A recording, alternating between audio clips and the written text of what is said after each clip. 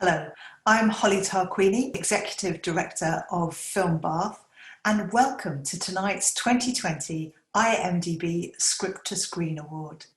This is the night where we choose which writer will be winning £5,000 cash plus £1,000 worth of hire kit to make the film of their script over the summer so that we can screen it at the November Film Festival. First of all, I want to do some thanks. Huge thanks to Col Needham and IMDb who make this evening possible and provide the £5,000 prize money and, very special, IMDb enamel badge, usually only available to IMDb employees. Thanks to Valencia Haynes, so people can, if they wish, send their scripts to Valencia. Valencia will send feedback and then people can submit their scripts. Thanks to my co-director, Philip Raby, and to the scriptwriting MA graduates from Bath Spa University. They helped hone down 164 scripts which were submitted to the 5 that we're going to see tonight. And huge thanks to Mark Langley and the Bath Spa University actors who will be performing the scripts tonight. We also want your help. If you could please click on the link below in the comments. You should find a poll. When you've watched all of the scripts, please vote for the one which you think should win the £5,000 cash and £1,000 worth of hire kit from Visual Impact. If you don't know Visual Impact, they're an amazing company who are really supportive of emerging filmmakers, and they very generously offer £1,000 worth of hire kit to our winner to help them make the film. Now, let me introduce you to our wonderful judges. Here with us tonight, we have screenwriter Andrea Gibb, writer and director Amma Asante, and the CEO of IMDb, Col Needham.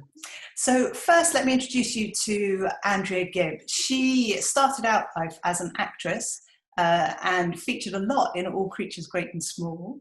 She moved on from acting to writing, and she's written for television series like Call the Midwife, as well as lots of feature films from Swallows and Amazons that we previewed at FilmBath Festival, to the recent Elizabeth is Missing on BBC One with Glenda Jackson. Welcome, Andrea. Thank you. Lovely to be here. Really nice to see you. So I wanted to start with you because as the writer, I'm assuming that you're the kind of first link in the chain of film writing. And tell me how you came to be a screenwriter. Well, I was, like you said, I was an actor for quite a decent chunk of time. And I was coming to the stage where I was thinking I should find something else as well, because as you get older as a woman and I suppose as an actor, parts tend to sort of become less or fewer, or whatever the expression is. And I was thinking, oh, I'd better find something else as well to do. And I had no ambition to write. I thought writers were magicians, and I just thought, I don't know how anybody does that. And I was living in London. I came up to Glasgow to do a show at a little theatre in Glasgow called the Tron, it's a fantastic theatre. I hope to goodness it survives, because it's a fantastic place for acting and writing, and amazing plays go on there. And I was in a show there with an director called Peter Mullen, and he was doing everything. He was writing, he was directing, he would let me play bottom two, basically. It was like amazing. And I found that quite inspirational. And the other actors in the show with me were all doing other things as well as just acting. They were doing other creative things. And it felt like Scotland was a place where you could be more than just one thing and in your box. So I went back to London kind of weirdly inspired. And I thought, well, maybe I could try my hand at writing. And that's not to denigrate writing in any way or shape or form, but I thought maybe I don't know if I can do it. But I knew about certain things instinctively because of acting. So I understood conflict and subtext, and I knew how to put a script down, but I had absolutely no idea how to structure anything. I don't even think I still do. I had no idea, but I just wrote instinctively, and that was the beginning of it. And luckily for me at the time, there were things like this. There were a lot of things like this on the go in Scotland. There was Tartan Shorts and things like Prime Cuts. encouraging young emerging writers to enter scripts. And if they had not existed, I would not have a career now, because it was just through that my films started to get, I started writing shorts like the writers here have done today. And I luckily just got a couple of things made, and that literally was the beginning. And I am so grateful for things like this. So it's great, to be part of this tonight, because I totally believe in them. That's brilliant. Thank you so much, Andrea. Next, I would like to introduce you to Amma Asante, who started out in acting as well. And she, I believe, became a writer and then a director. She's directed 4 feature films: A Way of Life, Belle, A United Kingdom, which again we previewed at the film festival, and Where Hands Touch. And her latest film, The $1 Billion Spy, is in post-production. And her latest series, which looks amazing, is called Mrs. America, which has just this second started on BBC iPlayer. So welcome to you, Amma. Thank you. Just to say, $1 Billion Spy isn't yet in post. We haven't shot it yet, but it is the next one coming up. Oh, sorry. That's all right. IMDb. Yeah. So, Amma, tell me about your pathway to directing. Well, I mean, first and foremost, my pathway to directing came through writing. I was an actress like Andrea to start off with, and really what Andrea said, in many ways, in the sense that, so I had a full-time role in Grange Hill as a kid, and I was very lucky to learn at that time about a writer and director called Anthony Minghella, who was a script editor on Grange Hill. And much like Andrea, I had sort of by osmosis sort of absorbed this world and this message in London that really said, you must be one thing, work out what you are and be that thing. And I knew of Anthony Minghella, and I sort of watched him go from being a script editor to becoming a theatre writer, and then from a theatre writer to a theatre director, and from a theatre director to a screenwriter, and then a screenwriter to a director. And I was just completely in awe. He was the closest thing for me to the kind of thing I now realise I wanted to be, but didn't know I ever could be, because like Andrea, I'd never really seen any sort of examples that really looked like me, that told me that I could do it. So I also just began writing just by instinctually, in exactly the same way. But mine was really actually to get my typing speed up. I had left acting because I was a terrible actress, really bad. And I thought, I did what my mum told me, which was go to secretarial college and be trained really well to be a really good secretary. And to try to get my speed up so I could earn a bit more money, I typed out a script, and that script eventually became a deal with Channel 4. They commissioned 7 scripts from me, and at the same time I got a 4-script deal at the BBC. I was in my early 20s at the time, and I just began writing from there. And then from there, I got my TV series off the ground when I was about 27, and we did 2, what they call now American, 2 seasons of it, but it was English, so it was 2 series of it.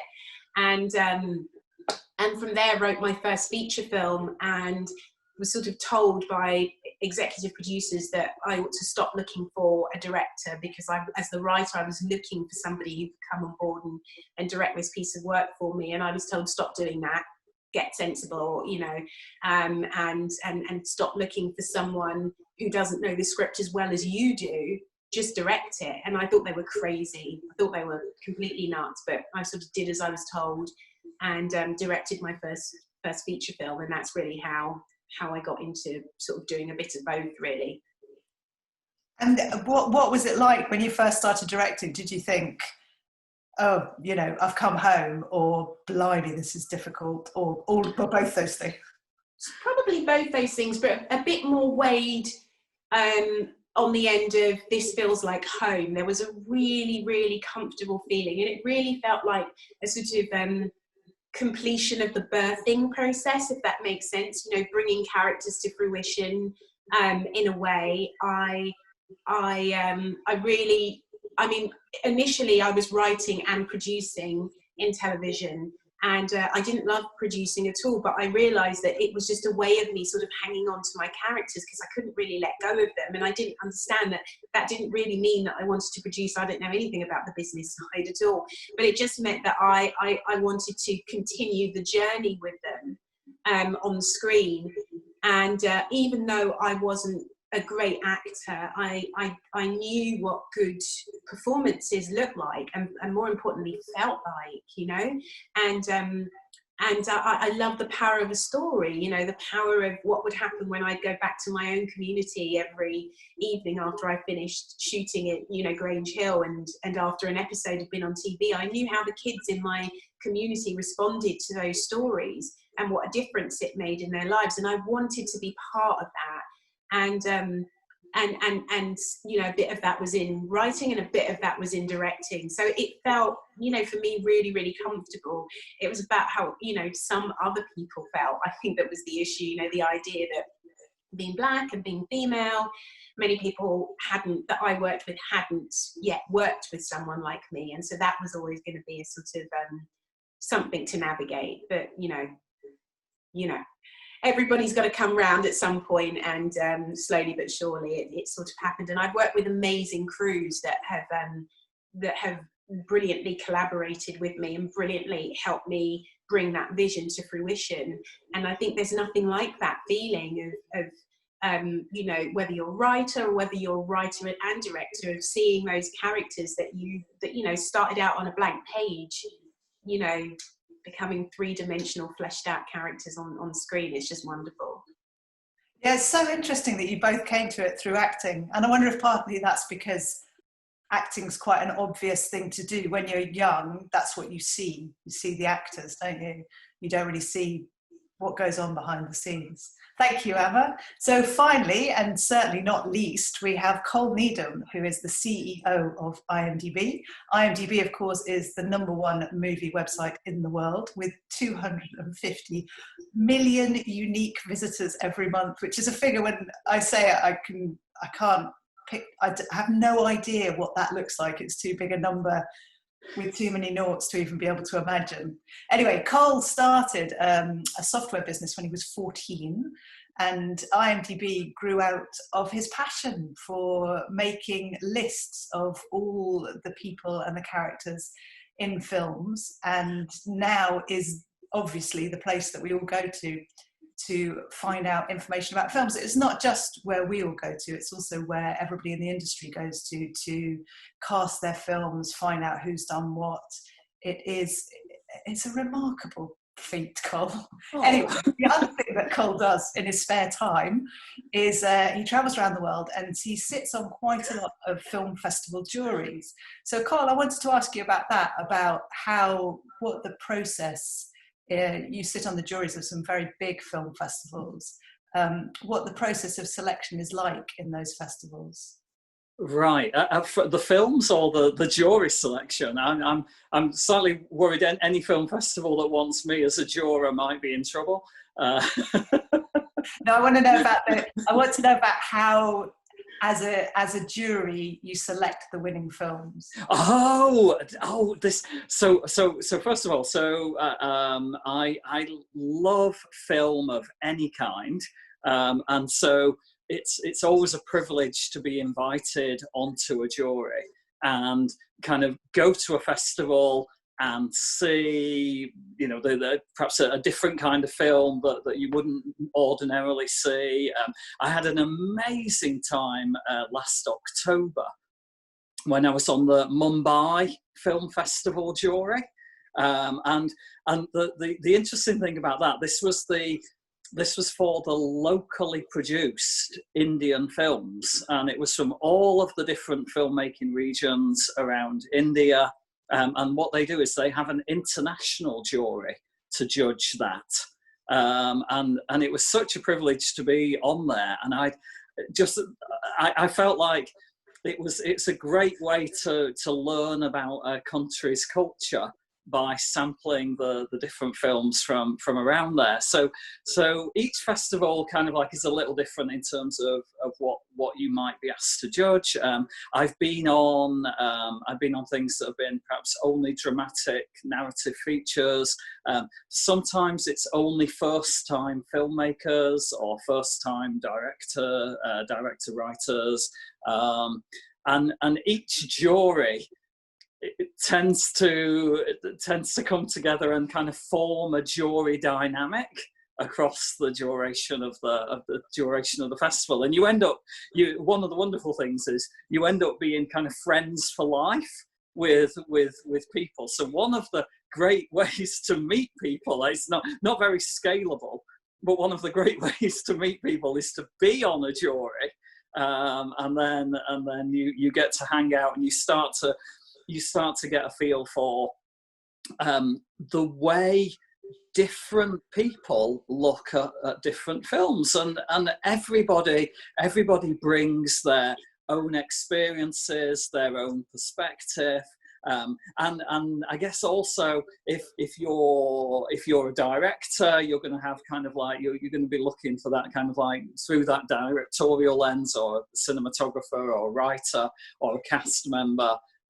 So for me as an audience member, it's great to see what other people look at in film, and it's been quite an adventure. I've been lucky enough to always have been on good juries where we've reached a good consensus. It's very good training in kind of like group negotiation and kind of like, oh, that's an interesting point, but I disagree, and kind of being able to deal with, well, oh, actually, I didn't see that in that script, but now that you've brought it to my attention, that of course I can see that, and that kind of thing. So it's always an education.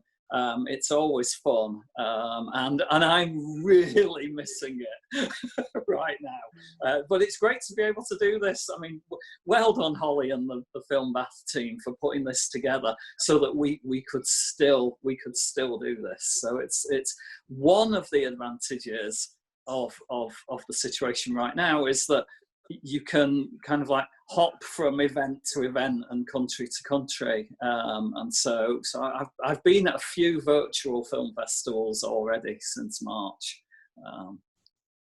Yeah, the thing that I'm really missing at the moment is what you described, Cole, which is that communal film watching when you come out. Understanding the film and thinking about the film becomes so much more profound because you're talking to all these other people that have been through the same I know, I miss it so much. Yeah, just being able to go and see, because I'm a great believer in seeing a film with an audience. For me, I feast off the emotions that are in the cinema, and it's wonderful for those kind of like super tense moments, and you can feel everybody around you kind of tensing up, or you're laughing. I had a wonderful experience last year with the BFI. They did a Cary Grant season at the BFI South Bank, and we went along to some of those. Cary Grant's my all-time favourite actor, and we went along to some of those, and it was the first time I'd seen them with an audience in a cinema. And so there being able to watch North by Northwest, which is my #3 favourite film of all time, but that was the very first time I'd seen it with an audience. And to hear people laughing at similar things was just added an extra layer of to the experience that you just can't beat. No, you can't replicate it. But the good thing is that that's why cinema will survive. This won't kill it, because that experience is irreplaceable. You can't do it through watch parties. You can't do it through streaming.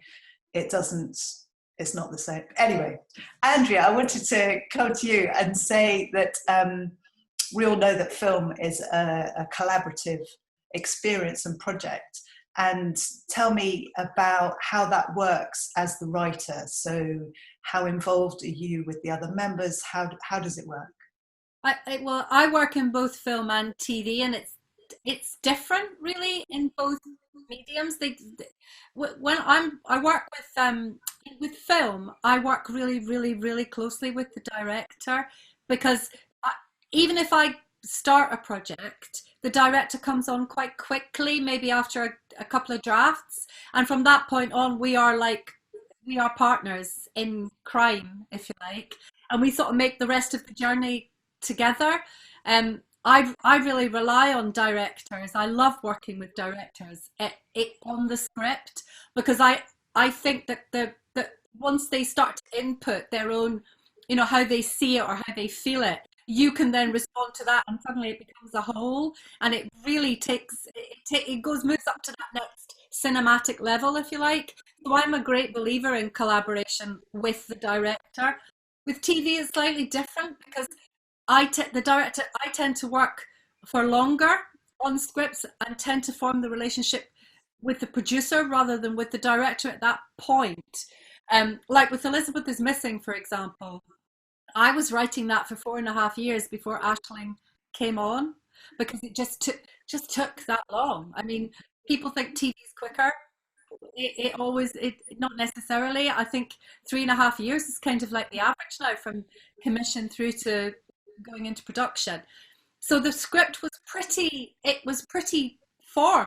I would say it was really quite formed when Aisling came on, and that still meant that she had her own room. That's not to say that the director then comes in and does it, but it's a slightly different process to get to both parts. And in terms of, like, I was an executive producer on Elizabeth, so therefore throughout the process I was heavily involved, all the way through the shoot, through into the edit, all through post. And I really loved doing that. I just had a real ball. Although I have to say, with most of the directors I work with, I have that kind of relationship all the way through, whether it's film or TV, because that's just how we work. It's really collaborative in that way.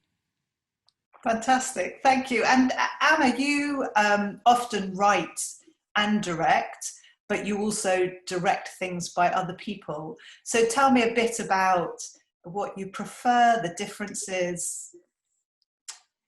Well, I mean, if I were really, really forced to choose, I mean, literally by a hair's breadth, I probably prefer to write and direct. But I mean, it's really just by a tiny amount, because what I like, or what I'm trying to do, is direct work that I wouldn't necessarily write. I wouldn't think about to write, but I believe I can bring something to as a director. So with the things that I feel I have to write myself, I want to write and direct those things, but where I think, well, I would never think of writing that. For instance, $1 Billion Spy, which is about, set in the late 70s in Cold War Russia. It's the story of two men, one who's a CIA agent, the other one who's a Russian spy, and it's a true story. And it has so many elements in it that actually you probably see in very different ways in my other films. It's about identity, and it's about the idea of the individual versus the nation. It's a heavy relationship movie, though, rather than between a man and a woman. It's between two men this time. There isn't romance. It's kind of brohood movie. There's a lot in there. But I wouldn't necessarily have looked at David E. Hoffman's, book. He's a Pulitzer Prize winning journalist. I don't know that I'd have necessarily thought in the first instance, oh, I'm the right person, to adapt that into a script. Maybe I could have done, but I didn't think of it. Ben August did. And when I read it, when I read his script and then eventually David's book as well, I just thought, I think I could bring a really kind of interesting perspective to this. And so, like Andrea is saying, I work very closely with Ben, and also with my two producers on that show, and my exec producers as well on that film, in the various drafts to kind of eventually get into filming on that and bring it into fruition.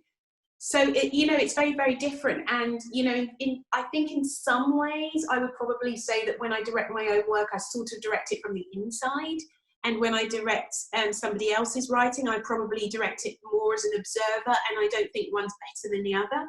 I just think they're different in many ways, and I think each has its sort of pros and each has its benefits, and I definitely don't sort of make that a binary sort of decision. I think if I look back, that's just probably how it's worked out.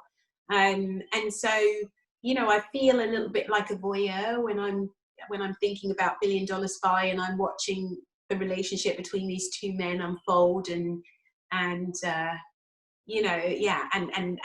grow. Whereas something like Warehouse Such is I think it's so obvious that I'm really directing that from the inside, in so many ways. It's not better, it's just different, and I love it all. Really interesting. So I'm going to just do a quick round of all of you to ask what you look for in a short film script. And yeah, what you look for, and maybe what some of the pitfalls or the biggest pitfalls that you often see in short films or scripts by very early writers. So Col, you watch a lot of films. What are some of the either things that you really look out for in short films that you think make them outstanding, or the things which you often see and think, oh, if only they stopped all doing this? So the thing for me is always everything starts with the script, and I can forgive pretty much anything in a film, whether it be short or full feature, as long as it's well written and consistent with itself. So I think I must have a good imagination. So things like if the lighting's not quite right or the set's not quite right or whatever, as long as the characters are taking us on an interesting journey, then I'm going to be engaged and forgiving, kind of thing. So I think I appreciate that it's really hard to write a short script, because you need to pack all of the elements of a story in there. So one of the things that I look for is, do we get taken from characters at the beginning to along a journey to the end, and can you do that in kind of like under 10 minutes or so? It's really hard, but that's what I look for. Well written journey from beginning to end.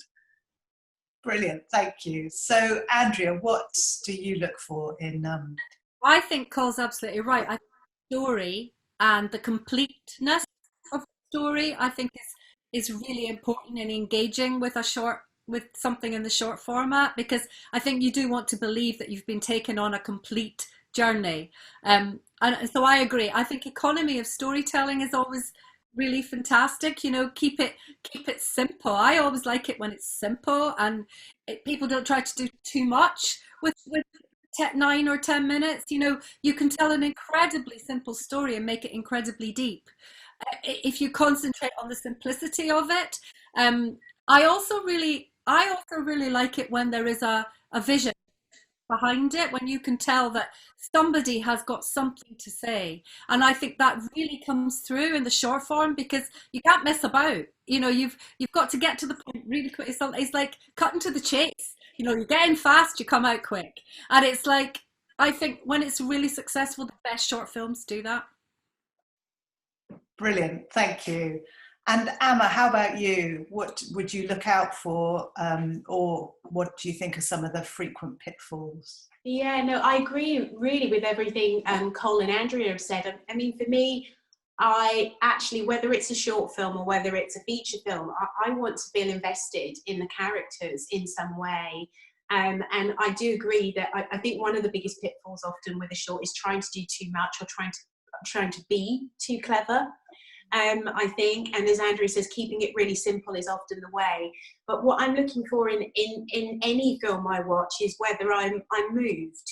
do I feel differently by the end than I do at the beginning? Even if it's something that annoys me, you know, do I feel different at the end than I do at the beginning? Is actually a good thing. I'm also looking in all films and in all TV as well, especially nowadays, you know, for something that sort of lives a little bit in me after it's left the screen. You know, does it get under the skin in some way? And am I still thinking about it? Am I still thinking about one or all of the characters often? And I do think short films can do that as well as any feature film possibly could. So I think it's about feeling invested. You know, that idea of a vision that Andrea talks about, I think is really, really important, because your approach to any story that you're trying to tell, particularly in a short, but both shorts and features, something that isn't derivative, that's distinctive in some way, that somehow speaks to the voice, the unique voice that you have as a storyteller, I think is really important. And so I think I'm usually looking for those things. I think it is very easy with shorts to sometimes go, well, for any storytelling, to actually sometimes go for the easy option. And I think there's a real difference between archetypes and stereotypes, and kind of, you know, understanding the difference really, and pushing forward with those archetypes and those characters that can really get under the skin as much as possible, whether it's because they make you laugh, or because you think, oh, I never quite looked at the world through the gaze of that character before. That can be really beautiful. Yeah, and really powerful.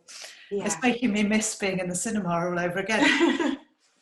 So thank you so much to all of you. Now what we're going to do is watch the acting students from Bath Spa University. First of all, we're going to meet our first writer, who is Simon Sylvester.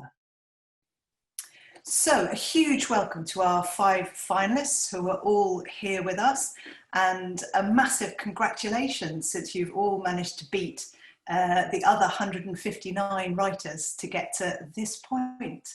Now, the first person that we're going to hear from is Simon Sylvester. Simon Sylvester has written A Bed for a Boy, and I'm going to ask him how he got to this point. Simon, give us a bit of background on you. Well, hello, and thank you very much for having me. I'm absolutely thrilled to be in the competition. I worked in TV when I was in my 20s, which feels like a long time ago now, mostly as a camera assistant. And I've always been interested in writing, but it wasn't really until my late 20s that I started writing short stories. And then a few years ago, I had a novel out called The Visitors, which did okay and won some prizes. And I also teach film. So I teach film at Kendal College in the Lake District. And last year, for the first time, I finally put together these two things that have defined my adult life, really, which is writing and film. And I just found the process of telling stories totally transformed for me by screenwriting. It was extraordinary, and I'm quite slow a lot of the time, and I'm still kicking myself for not discovering screenwriting sooner or taking more of a chance on it. But I've found it an absolutely extraordinary experience to move to a different format. Fantastic, thank you. So now we're going to hear the actors from Bath Spa University read through A Bed for a Boy. A Bed for the Boy, written by Simon Sylvester. Exterior, Joy's house, day. A rap at the door of a council house, pebble-dashed and peeling. A scruffy man cracks his knuckles. This is Denny, late 20s, tattoos and casual clothes, slightly unwashed. He looks up as the door opens. All right, love? Yeah? Like so many people called Joy, she has none. In her 40s, hair bunched up, pyjamas and dressing gown past midday. Here for the sofa. Send you a message? Where's your car? Got a van or something? Just me and the boy. He hooks a thumb over his shoulder. Behind Danny, wide-eyed and watchful, is Bran, 6 years old, hand in his pockets. It's a sofa though. An actual sofa? Me mate's coming with a van. Just get it out of your hair, yeah? Joy sniffs her suspicion. Denny beams at her. Interior, Joy's house. A red sofa stuck upright in the hallway. Joy and Denny huff and curse as they try to move it. Badly. Denny does most of the work, heaving and hauling. Joy lends a reluctant hand. Bran helps, as only 6-year-olds can help. The sofa teeters and Denny yanks it back, banging the wall. Oi! Watch it! Mind the radiator! Mind the sofa, more like. The fucking radiator! Swear box. Denny's now squished against the wall, half laughing, half in pain. He yelps and pulls away a trapped hand. The sofa leg scrapes the wall, tearing a long strip from the paper. Bloody look at it! Swear box. Can't do it on my own, love. Omelettes and eggs, you know. I'll give you sodding omelettes. Go on, grab it. The sofa is wedged halfway through the door. With all three pushing, it squishes through by inches, and as soon as there's a gap, Denny scrambles out. Exterior, Joy's house, day, where things become easier. Denny pulls the sofa and at last it frees up and slides to the door in a rush. Ha! Conquered. Took some doing, eh? You're not leaving it in the garden. Course not. Hate to clutter up all your hard work, wouldn't we, mate? No sign of any hard work in a sea of bikes, toys and weeds. Got the money then? Denny makes a show of remembering, patting his pockets. Oh, 20, yeah? 30. Said £30. Denny digs out 2 crumpled 20s, his smile rather more forced. Joy tucks them both into a dressing gown pocket. You owe me for the wallpaper. Hey, that's my booner and his bargees. Should be asking for more. Gonna have to sort the whole wall out now. She's not budging. Denny deflates. Joy manages a smile. Still a good deal though. Good sofa that is. Wanted a new one, did ya?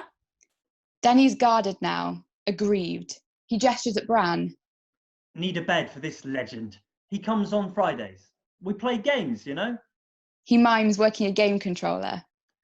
But there's no bed. So I thought, a sofa.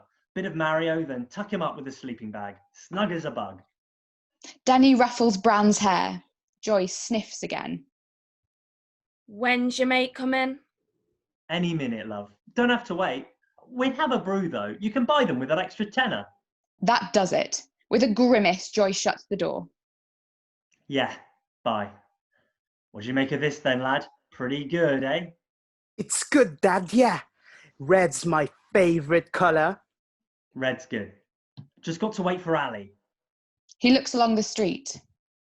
Exterior, Joy's house. An hour or so later, still in the garden.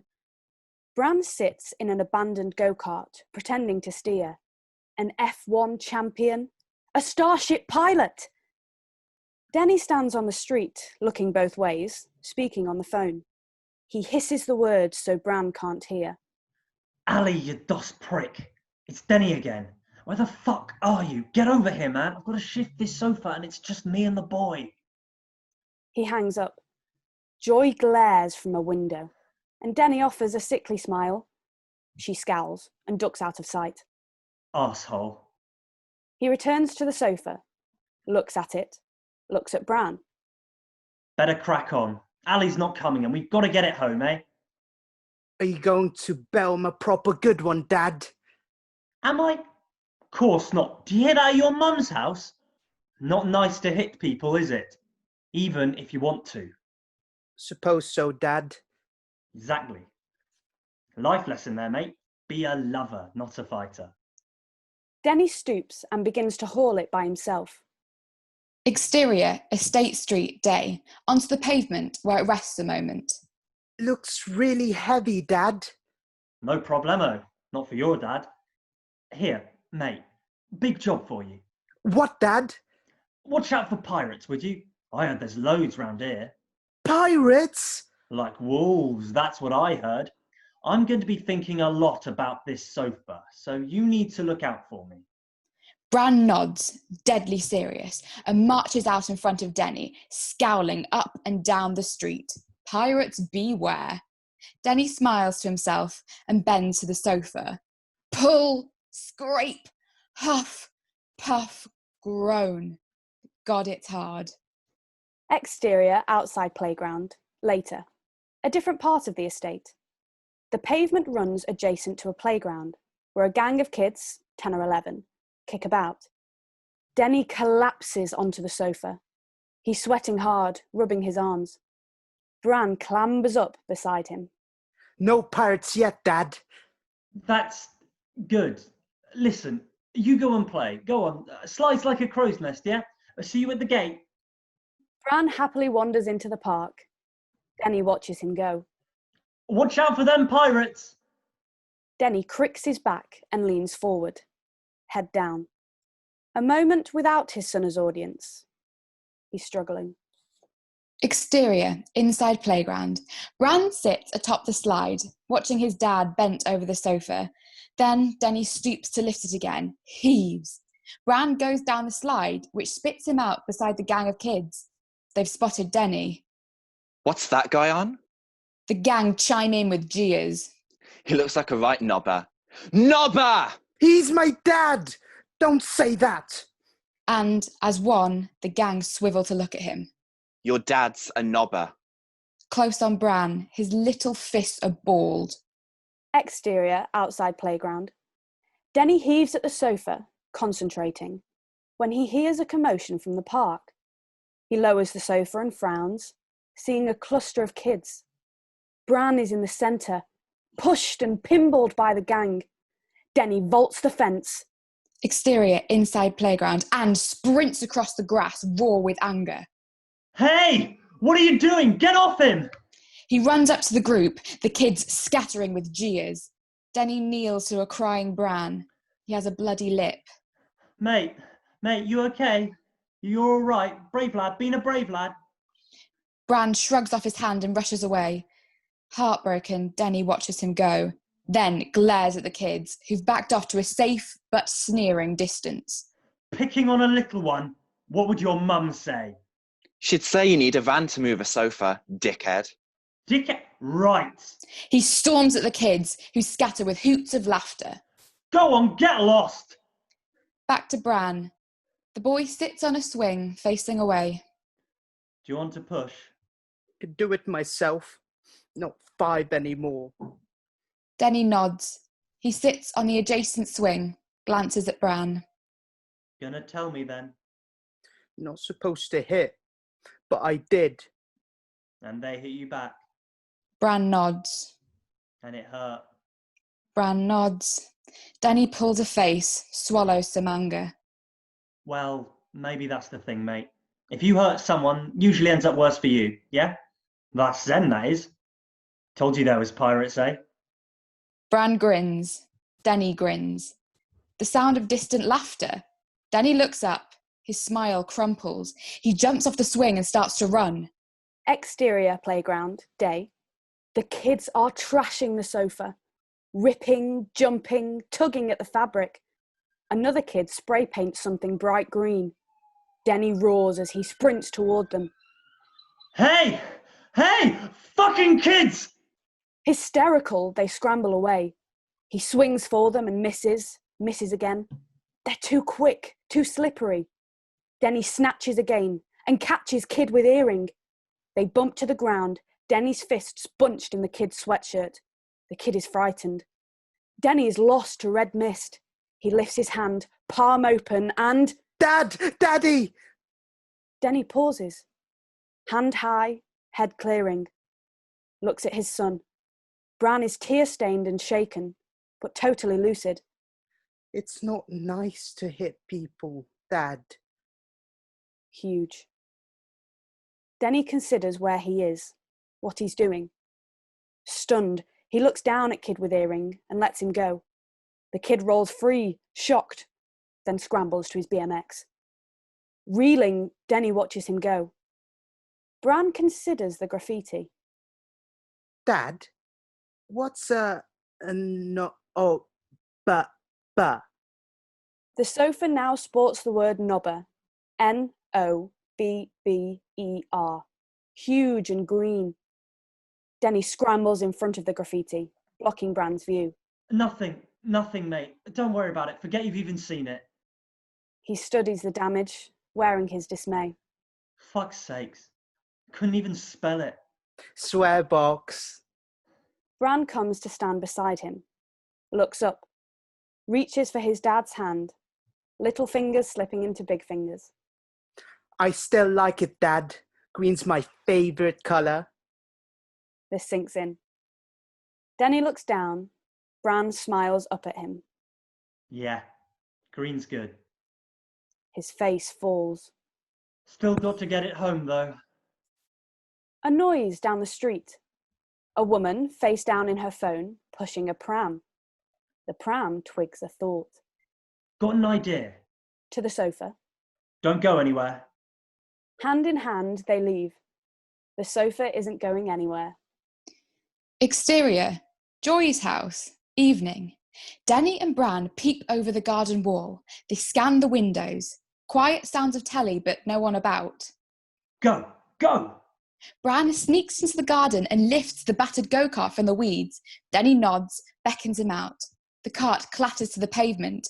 A light flicks on at the window. Oi! Forgot me change, love. Ha ha!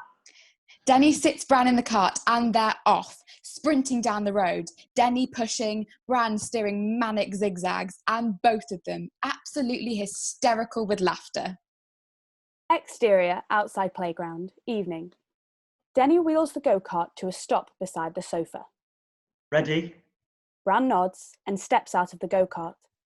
Denny lifts one end of the sofa to waist height. Go for it.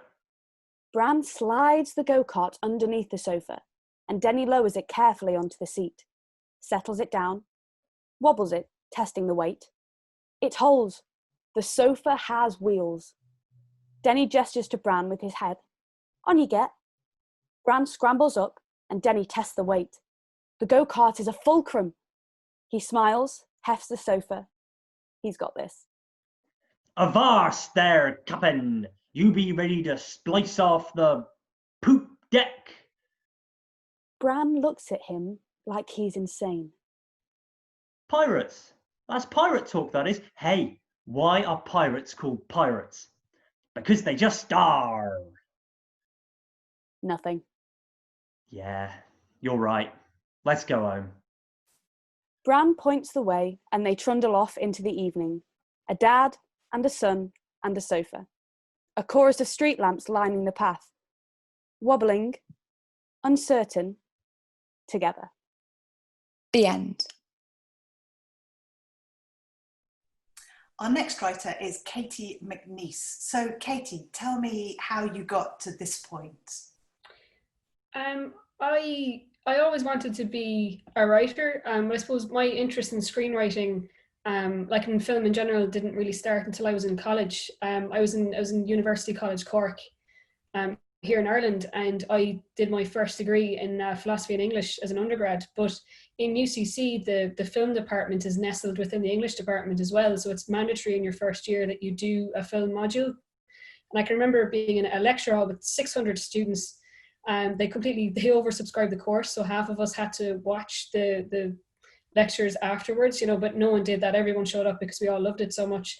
And I remember one of the lecturers getting up talking about, okay, I want to talk about dreams, and then he started talking about how film was like dreams, and it just completely blew me away. And like from there on, like I thought I was going to be a novelist, and from there on I was completely like, no, this is what I want to do. I want to be a filmmaker.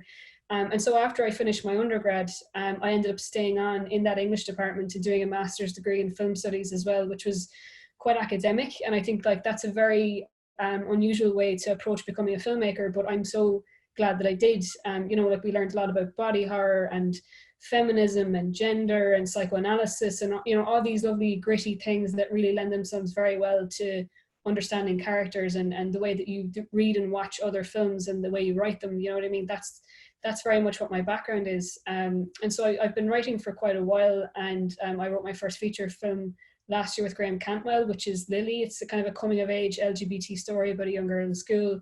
And then my short In Orbit, my short script, I ended up actually doing a festival run with it, like pitching and learning how to do treatments and this kind of stuff, and then got so involved in the writing process that ended up becoming a director as well, and then by becoming a director became a better writer. So it's really come full circle. And then like with the content in that first script kind of led very naturally to Lambing, because that's an LGBT story, but it's about an elderly woman remembering like falling in love and accepting herself. So even though you could say LGBT it's quite a common thing to discuss now, which is fantastic, I think the story was quite peripheral. And I think with Lambing focusing on an intersex character, you know, it's something that we don't see and we don't understand. But I think coming at it kind of almost academically as well as creatively, I think film is the one medium where you can really create empathy from almost nothing, which is what I love about it. And I think that's one of the things I really want to achieve with the script, like, you know, if and when I get to direct it as well. Yeah, I couldn't agree more. I love how film gives you the opportunity to stand in other people's shoes. Yeah, and understand a life completely different from your own. Yeah. Now, I quickly wanted to ask you before we start, for anybody that's watching that isn't used to reading screenplays, can you explain the word continuous when it's used in a script? Myself, continuous, it's when someone is still talking, you know. This is, I think, do you mean all the overlapping dialogue in Lambing? There's quite a few scenes where people are talking over each other. I think it's quite hard to write, but I think it comes down to listening to people speak naturally as well. There's an awful lot of that in my script, and I think it comes down to people not only speaking naturally, but the fact that we naturally interrupt each other as well. And I think it takes a long while before you can feel cheeky enough to do that with a script. I know for my first few, all my characters seemed very polite because they're all waiting for each other to finish their lines, but like that's not how we actually speak. I think particularly with my characters, because they're in such a horrible situation and they actually don't want to speak. And I think when you have that overlapping dialogue, I think what it emphasizes is silence, which is one of the most powerful parts of writing film at all, if that makes any sense. Yeah, it definitely does. Thank you very much. So now we're going to watch the Buzzbar actors read through Katie's script, which is called Lambing. Lambing by Katie McNeice. Interior house, bedroom, day. A roller brush paints over an old pink wall in a series of white strips. Excited women's chatter rises from downstairs. Interior house, upstairs hall, day, continuous. David, 30s, blonde, thumps softly up the stairs with buckets. Exterior farmyard, dusk, 1992. David, age 5, struggles across the farmyard with a large steel bucket. His adult Wellington boots wobble forcefully. Interior house, bedroom, day, present continuous. David rips the tape from a bucket. The chatter gets louder. Interior farm shed, dusk, continuous, 1992. Child David steps inside. The arm of a stooped male figure jerks upwards with a ripping sound. Blood spreads across the concrete. The bucket hits the floor and the male sighs angrily. A female voice off screen. He's only a lamb himself, leave him. Male voice off screen. Only soft. That's what he is.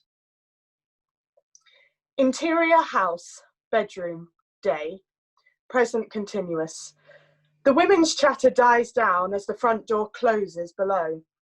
From his knees, David sees damp dripping down the wall, smudging the white paint and revealing the old pink below. Shit. Anyway. Kiva, heavily pregnant, smiles from the doorway. There's a little boy listening. Our new house has old problems, love. Nothing you can't fix, Day. When you head in, could you run across for me? Mm-hmm. David holds the bump lovingly as Kiva rubs his hair. Mm-hmm. Hear that, little man? Not too eager. Be careful with your mother. Get out, you, and keep your phone on. Cut 2. Exterior, town, street, day. David locks his van and jogs to Kiva's public house. Green and gold GAA flags line the street. Boys puck a ball off a chip shop wall. The cranky owner sticks her head out. Scream! Off with you with that feckin' ball! Cut 2. Interior, Kiva's public house. Day 4. Overweight, tipsy men sit at the bar with pints, playing with a new smartphone. One older man sits a few stools up, drunk.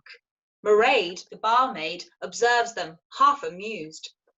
Wow, Daddy O'Shea! Mother hen. Ah, fucking fit the burst. The usual. Your father's flat out, I hear. 5 more lambs last night, yeah. Wouldn't know who's calling first. The tipsy men burst into laughter at a smartphone filter, making one of them seem feminine and high-pitched. Simpletons! Great. You're getting grand. The old man makes sexual sucking noises and sneers at Mairead toothlessly. He offers a wheezing laugh to their complaints. Getting on, ha ha ha, she is. Shut up, you animal. An otter I am. Love being on my back and wet. You know yourself, girly. Ha ha. David's phone rings. Mairead slaps the old man with a rag. Hold tight now. On the way. He can't help himself. You're to be pitied, you old pervert. You'll be an auntie soon, Mares. Mairead produces a tiny hurley from behind the bar with blue ribbon, green and gold tape. Everyone claps as David runs. Oh, before you leg it, here's something small from all of us. Thanks, Pet, for everything here. Bye. Use that to wacky pack in, Dave. It's your only hope now, boy. David, voiceover. You won't be like them, son. You'll be better. I can't wait to meet you. Cut 2. Interior hospital. Delivery room. Day. Later. David holds Kiva's hand as she pushes in labour. He wears a green gown and hat. Nurses and the midwife encourage her. Hard parts now, love. Nearly there. The midwife lifts the crying baby onto a white towel. Her eyes narrow. The noise fades into a high-pitched ringing. Where is he? Can I see him? A nurse fusses over Kiva's groin as the midwife hurries out of the room with the bundle. David runs after her. Yes, Dr. Buchanan, I said. Right now? Kiva, off screen. They're taking him! David! Cut 2. Kiva, hospital, hallway, day. Glaring lights and swinging doors hum violently over the ringing and baby crying. The white towel is smeared with afterbirth. The midwife shouts from inside a closing lift. He's breathing, right? Well, he's good. No, he's okay. I can't. Sir, please. We'll get to you soon. David stands in the empty white hall, his arms and back limp inside a green gown. The lights flicker harsh yellow. Insert. Child David's bare white back stands before the vast green field at dusk. His hair glows gold in the setting sun. Cut 2. Interior hospital, office, day, later. David and Kiva hold hands and sit opposite Dr. Buchanan. I want to acknowledge this is a difficult, sensitive matter to bring to you. Very rare problem. The infant, it is technically healthy. What we are dealing with is a case of DSD, or sexual development disorder. What in God's name? Your baby, it's... Please, Mrs. O'Shea, this is difficult to explain, but I'll do my best. I do agree with the midwife's concern. There is significant ambiguity in the child's genitalia. Don't believe this. Why? We have a little boy. They become severely distressed as the uncomfortable doctor goes on. Kiva cries non-stop. David glazes over. There's no doubt the baby shows a pulmonar formation, but equally there are signs of female sex organs, externally and internally as well. It's a girl. I don't know, sir, is the honest answer. A panel of experts is gathering tomorrow in Crumlin. They will determine the best surgical options, followed by a treatment plan. Options for what? To see... Yes. Which gender is dominant? Which is most likely to allow the child to develop relatively normally? Normal. David and Kiva let go of each other's hands. Normal. Relatively. How do we explain, Doctor, to... For the next 7 to 10 days, don't discuss this with family or friends. This is about helping you, really. All going well, the child may never know. No one needs to know. What happens in 15 years' time when my child comes to me, not knowing why, feeling in bits and pieces, not knowing why, and we realise we've made a mistake? We will hope against hope. We'll hope. Cut 2, interior hospital, private room, early morning. Kiva sits in a hospital chair, a travel bag on her lap. An awkward nurse wheels the baby in an incubator. She fusses about the room, packing nappies, clothes and similar. David stares straight ahead from the bed, in a silent daze. Baby might need changing before we go. He ignores texts and a phone call and walks out slowly. He works in concrete, spends all day moving heavy things, lifting things too big for him.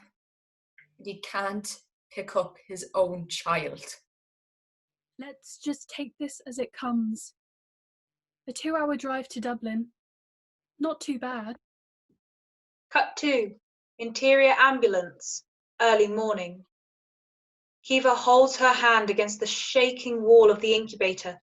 The little chest rises and falls in a green vest. Can I hold his hand? Best keep it closed, I'm afraid. Cut 2, exterior hospital car park, early morning. In his van, David's hand gets caught on the hurley as he ties his belt. He flings it at the dash. He starts to sob, but catches a man watching him, then hurries to leave, head down. Cut 2, exterior farmyard, early evening. David walks through the farmyard from his memory. Ewes bleat nearby. An older man sticks his head out of a nearby shed, a steaming, dead lamb in his hand. He turns back inside. You showed up? Busy week. Cut 2, interior farm shed, early evening. David enters the shed, lit by a red heat lamp. A crying ewe lays motionless nearby. A live lamb quivers in a corner. Dad squats with the dead lamb and a knife, cutting its skin away. Going to tell me how she is or what? Still in hospital. Few bits to do. Purple tissue spreads slow through the old man's fingers. And the little lad? Sure, he's the child's grand, Dad. No name yet? David shakes his head. Dad discards the corpse and spreads the cut fleece out, then pulls the live, mewling lamb between his knees. It submits. David squats to stroke its face. It's horrible, I always think. I wouldn't say that. Dad begins to tie the fleece around it tight and eyes David. David remembers himself and stands, embarrassed. Dad secures the fleece around each leg and sets the lamb down. He gathers his things to leave, talking to the floor. He'll go to that poor creature. She will smell her baby, because she wants to. She knows something isn't just right. but she'll feed him, love him, and no other soul need know a thing about it. The lamb staggers to the crying ewe under the weight of the second fleece. She curls around it. David looks up, finally. But Dad is already across the yard, bucket swinging, carefree. Cut 2. Interior house, bedroom, late evening. David has the brush in one hand and his phone in the other. The bedroom wall is half blue, half white. His t-shirt green. Kiva off screen. Are you okay? Yeah, finishing the room. Kiva off screen. Maybe not the best idea now. We may end up... If you've a better idea of what I'm supposed to be... David! Sorry, love. I just, you know... Kiva off screen. You'll come up to us for the appointment, won't you? Your sister has rang me 40 times. Kiva off screen. What am I supposed to say? Come back to me, wherever you are. He drops the brush, but can't speak. She hangs up. Cut 2.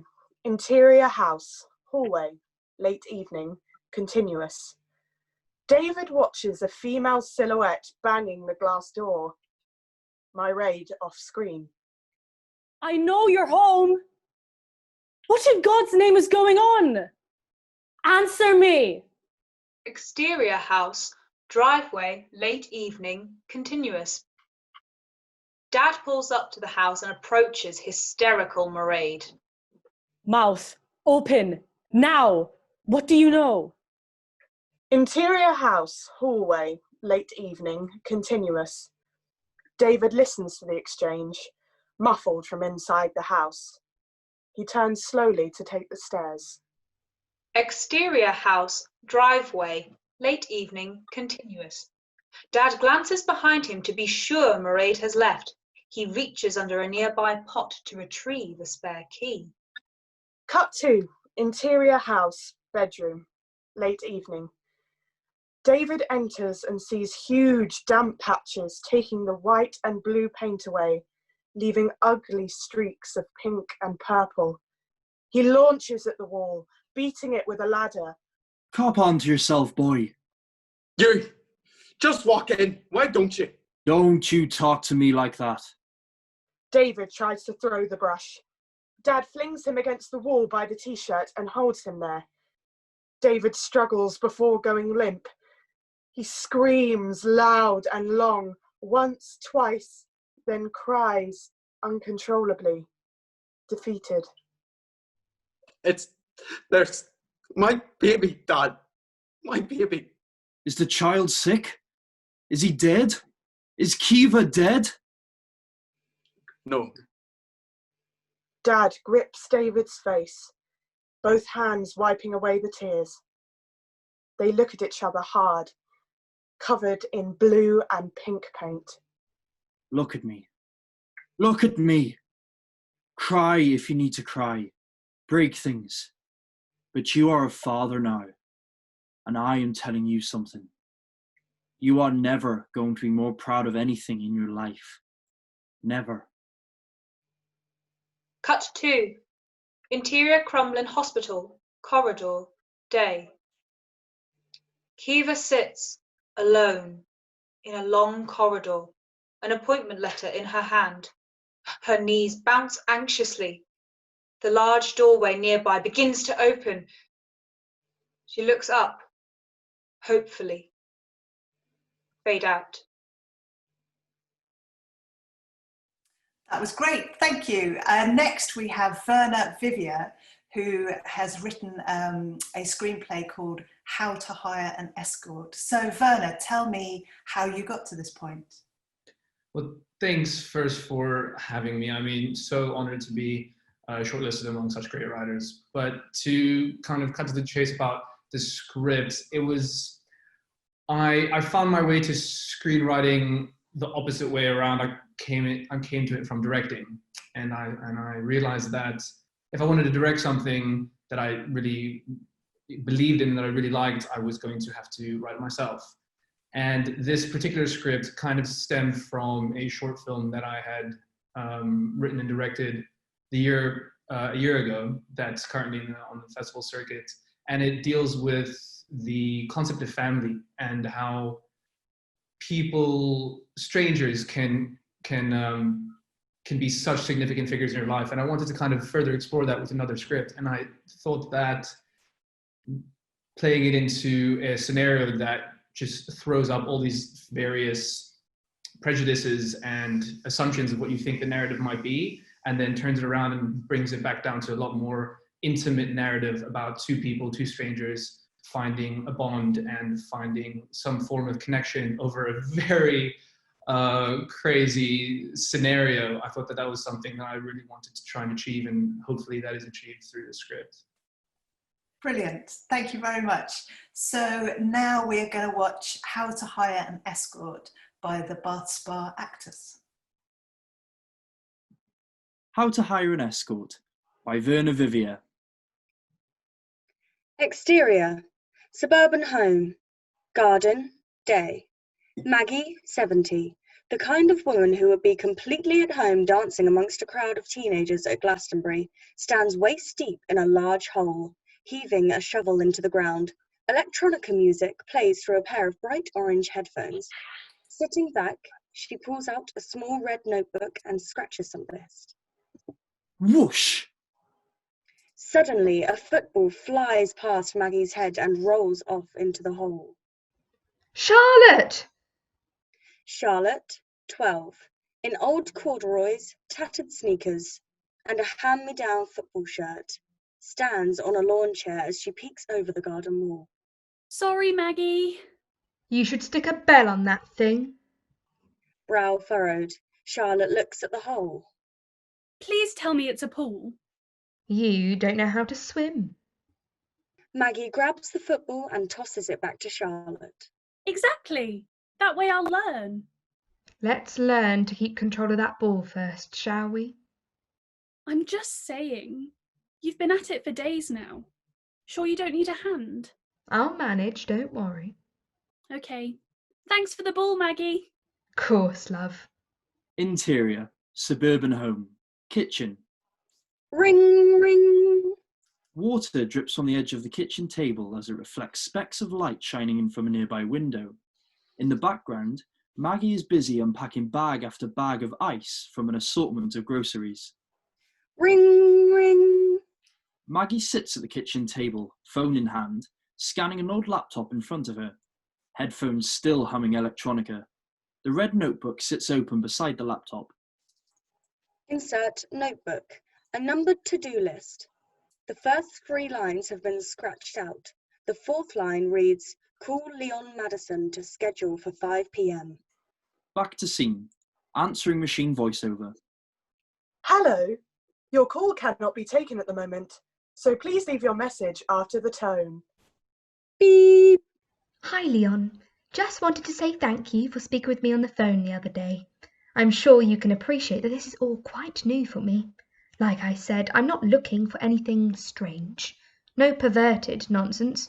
With that being said, I'd like to go ahead with the reservation. I mean, booking or appointment.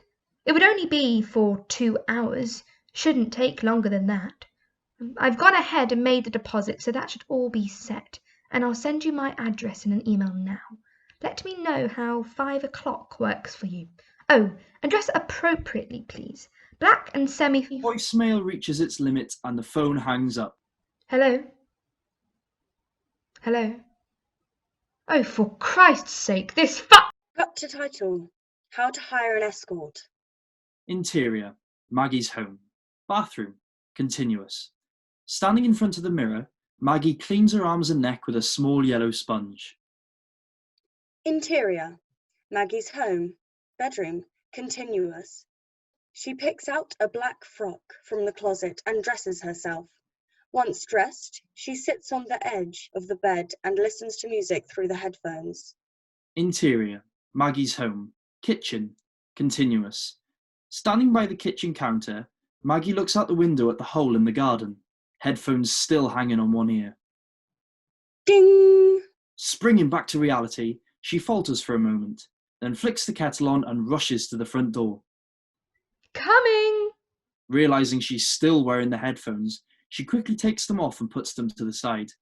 She takes a deep breath, then opens the door to reveal Leon, 38, a clear-cut, dark-skinned man with precise features, short hair and thoughtful dark brown eyes. Hi. Margaret? Maggie. Maggie. Want to come in? Would love to. Interior, Maggie's home, living room, continuous. Maggie leads Leon into the living room. I didn't know if you had any allergies, so I haven't made us anything. How's tea? I'd love some. Thank you. Great. I'll be right back. Maggie rushes into the kitchen, from off screen. Milk? Yes, please. Oh, and no sugar for me, thank you. With Maggie about in the kitchen, Leon roams the space. Maggie's home is intricate, clean and organised, yet full and scattered with mementos. He studies an assortment of tattered musical festival vans, sitting in a bowl on top of the console table. Maggie walks in and hands him a cup of tea, then plops herself onto the couch. Leon does the same. Maggie fiddles with the handle of her cup. Studying her carefully, Leon spots a thin golden wedding band on her finger. I hope I didn't overdress. It's just that in your message... Oh, don't be silly. I like it. It's very appropriate. Good. I have to say, though, you look beautiful. Really, you do. I didn't know flattery was included. What, you don't believe me? Maggie gazes into Leon's eyes. No, actually, I trust you. The silence fills the room as both of them sip their tea. I'm sorry about this all being so last minute. Oh, no problem. It happens quite a lot, actually. What do you mean? People often call but don't follow up, so I've gotten pretty used to it.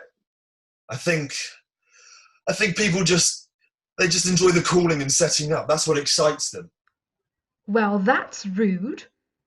I don't mind, really. I try not to blame them if they're not comfortable with things, you know? Besides, everyone's got their own reasons for calling. So sometimes you do things for people other than... Oh, yeah, definitely. That's not always what everyone wants. And I understand if that's not what you... Can I be honest with you? Yeah, of course. There's a reason you're here today. What do you mean? It's just that I think it would be easier if I showed you. Leon looks at her, frowning. Maggie stands up and walks towards the hallway. Come on. Leon gets up and follows Maggie. Interior, Maggie's home, hallway, continuous. Just as Maggie reaches an open door in the hallway, she stops. You should go in first. Leon pauses, looks around, then does as she says. Interior, Maggie's home, bathroom, continuous.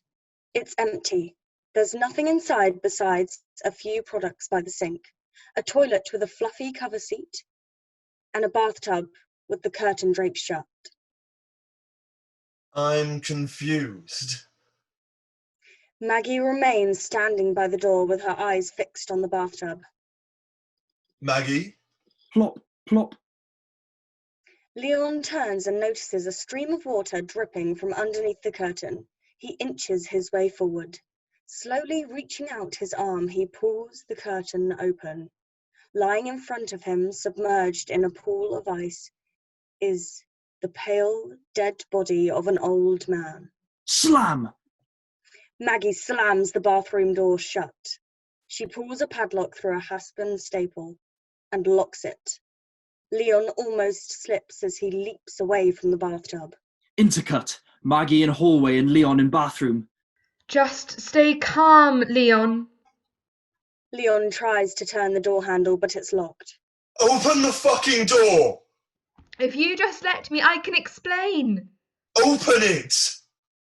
He throws himself at the door, kicking and shouldering away, but it won't budge. Let me out! Just listen to me. Open the door! I can't. Open the fucking door, Maggie! Leon gives another big thud against the door. Philip! He gives one last try. Shut up! His name was Philip. Who the hell is Philip? He's my husband. What did you do to him? I didn't do anything to him. He had a stroke. What was I supposed to do? Oh, I don't know. Maybe call a fucking ambulance? They would have just taken him away. That's their job. What the fuck else are they supposed to do? Stop shouting. Then let me out. I can't. Leon's hands begin to shake. He grabs the edge of the sink, squeezing it as tightly as he can. Leon, are you okay? What do you think? I know, I'm sorry. I need your help. With what? To carry him. Carry him? I'm an escort, not a fucking task rabbit. I don't even know what that is. Look, I couldn't carry him on my own. Carry him where? I promised Philip that if anything happened to him, I wouldn't let them take him. That's why I didn't call anyone. What are you on about? He wanted to be buried in the garden. If they took him, they wouldn't let that happen. I made him a promise. What the fuck, Maggie? Why should he be buried in some cemetery? We've lived in this house for 40 years, almost our entire marriage. Why shouldn't he be allowed to choose? Because it's illegal.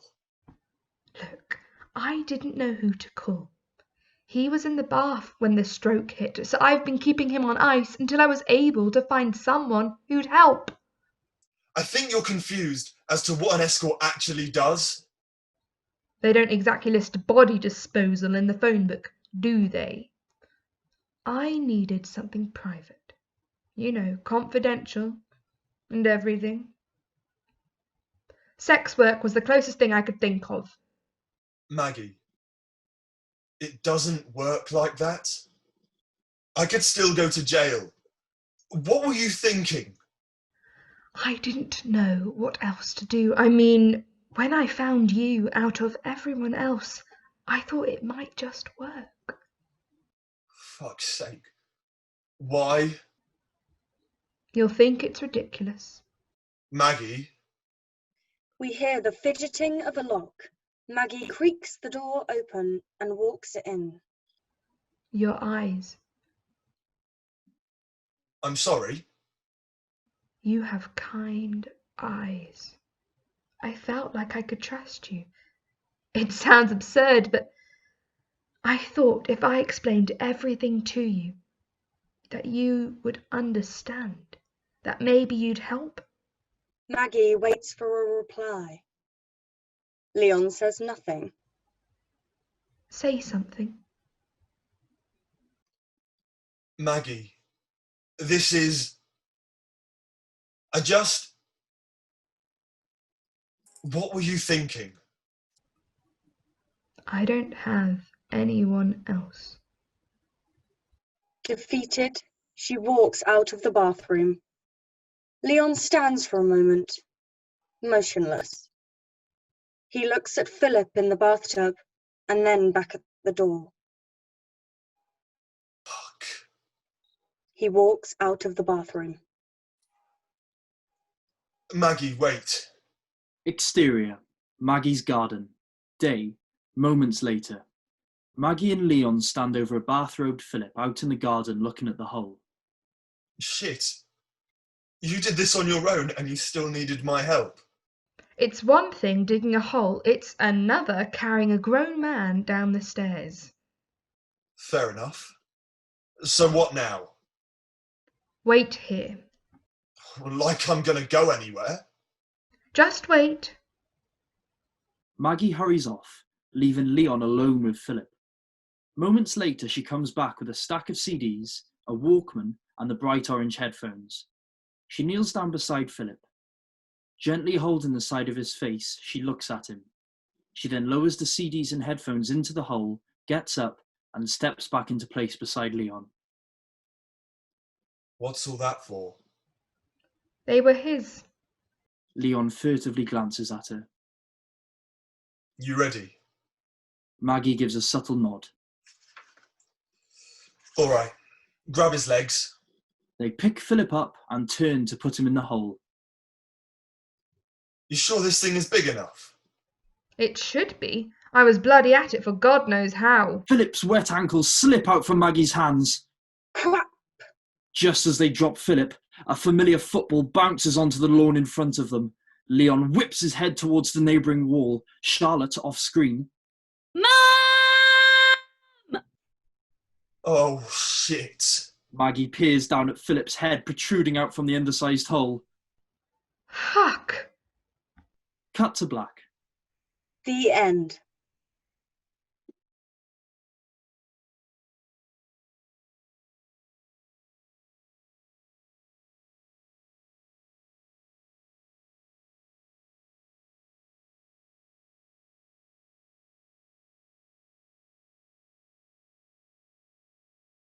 That was great, thank you. Our next writer this evening is Rachel Thomas. Her script is The Influencer, and she's quite a long way away. Rachel, tell us where you are and how you came to this point. Yes, I am in Boston, so the United States. It would have been really fun to be there in person if this were happening, but I'm across the pond. And I began screenwriting. It's relatively new for me. I've always been a writer, short story writer, fiction, and I actually write for a living nonfiction. I'm a magazine editor. But the screenwriting has been very freeing, as someone else noted, in terms of the format. And I have a couple features and a TV pilot that was in the festival circuit last year. And that's when I really started writing shorts, because I was seeing these fabulous short films, and it's a very satisfying format. And so this, The Influencer, is my newest. I just wrote it a couple months ago during quarantine, which turned out to be, I had the idea before that, but it turned out to be the perfect time to write it.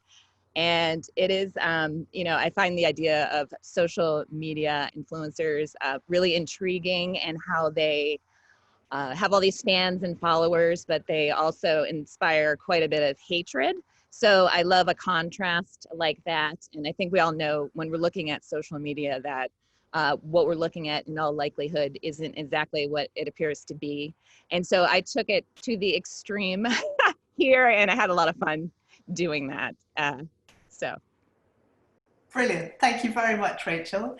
And here are the Bath Spa actors presenting The Influencer by Rachel Thomas.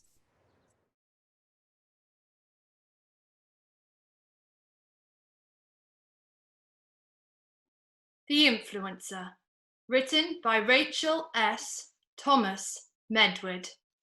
Interior bedroom, day. Then, 18 comes into focus through a camera lens, perched on the edge of a couch. She's a cliche of an online influencer.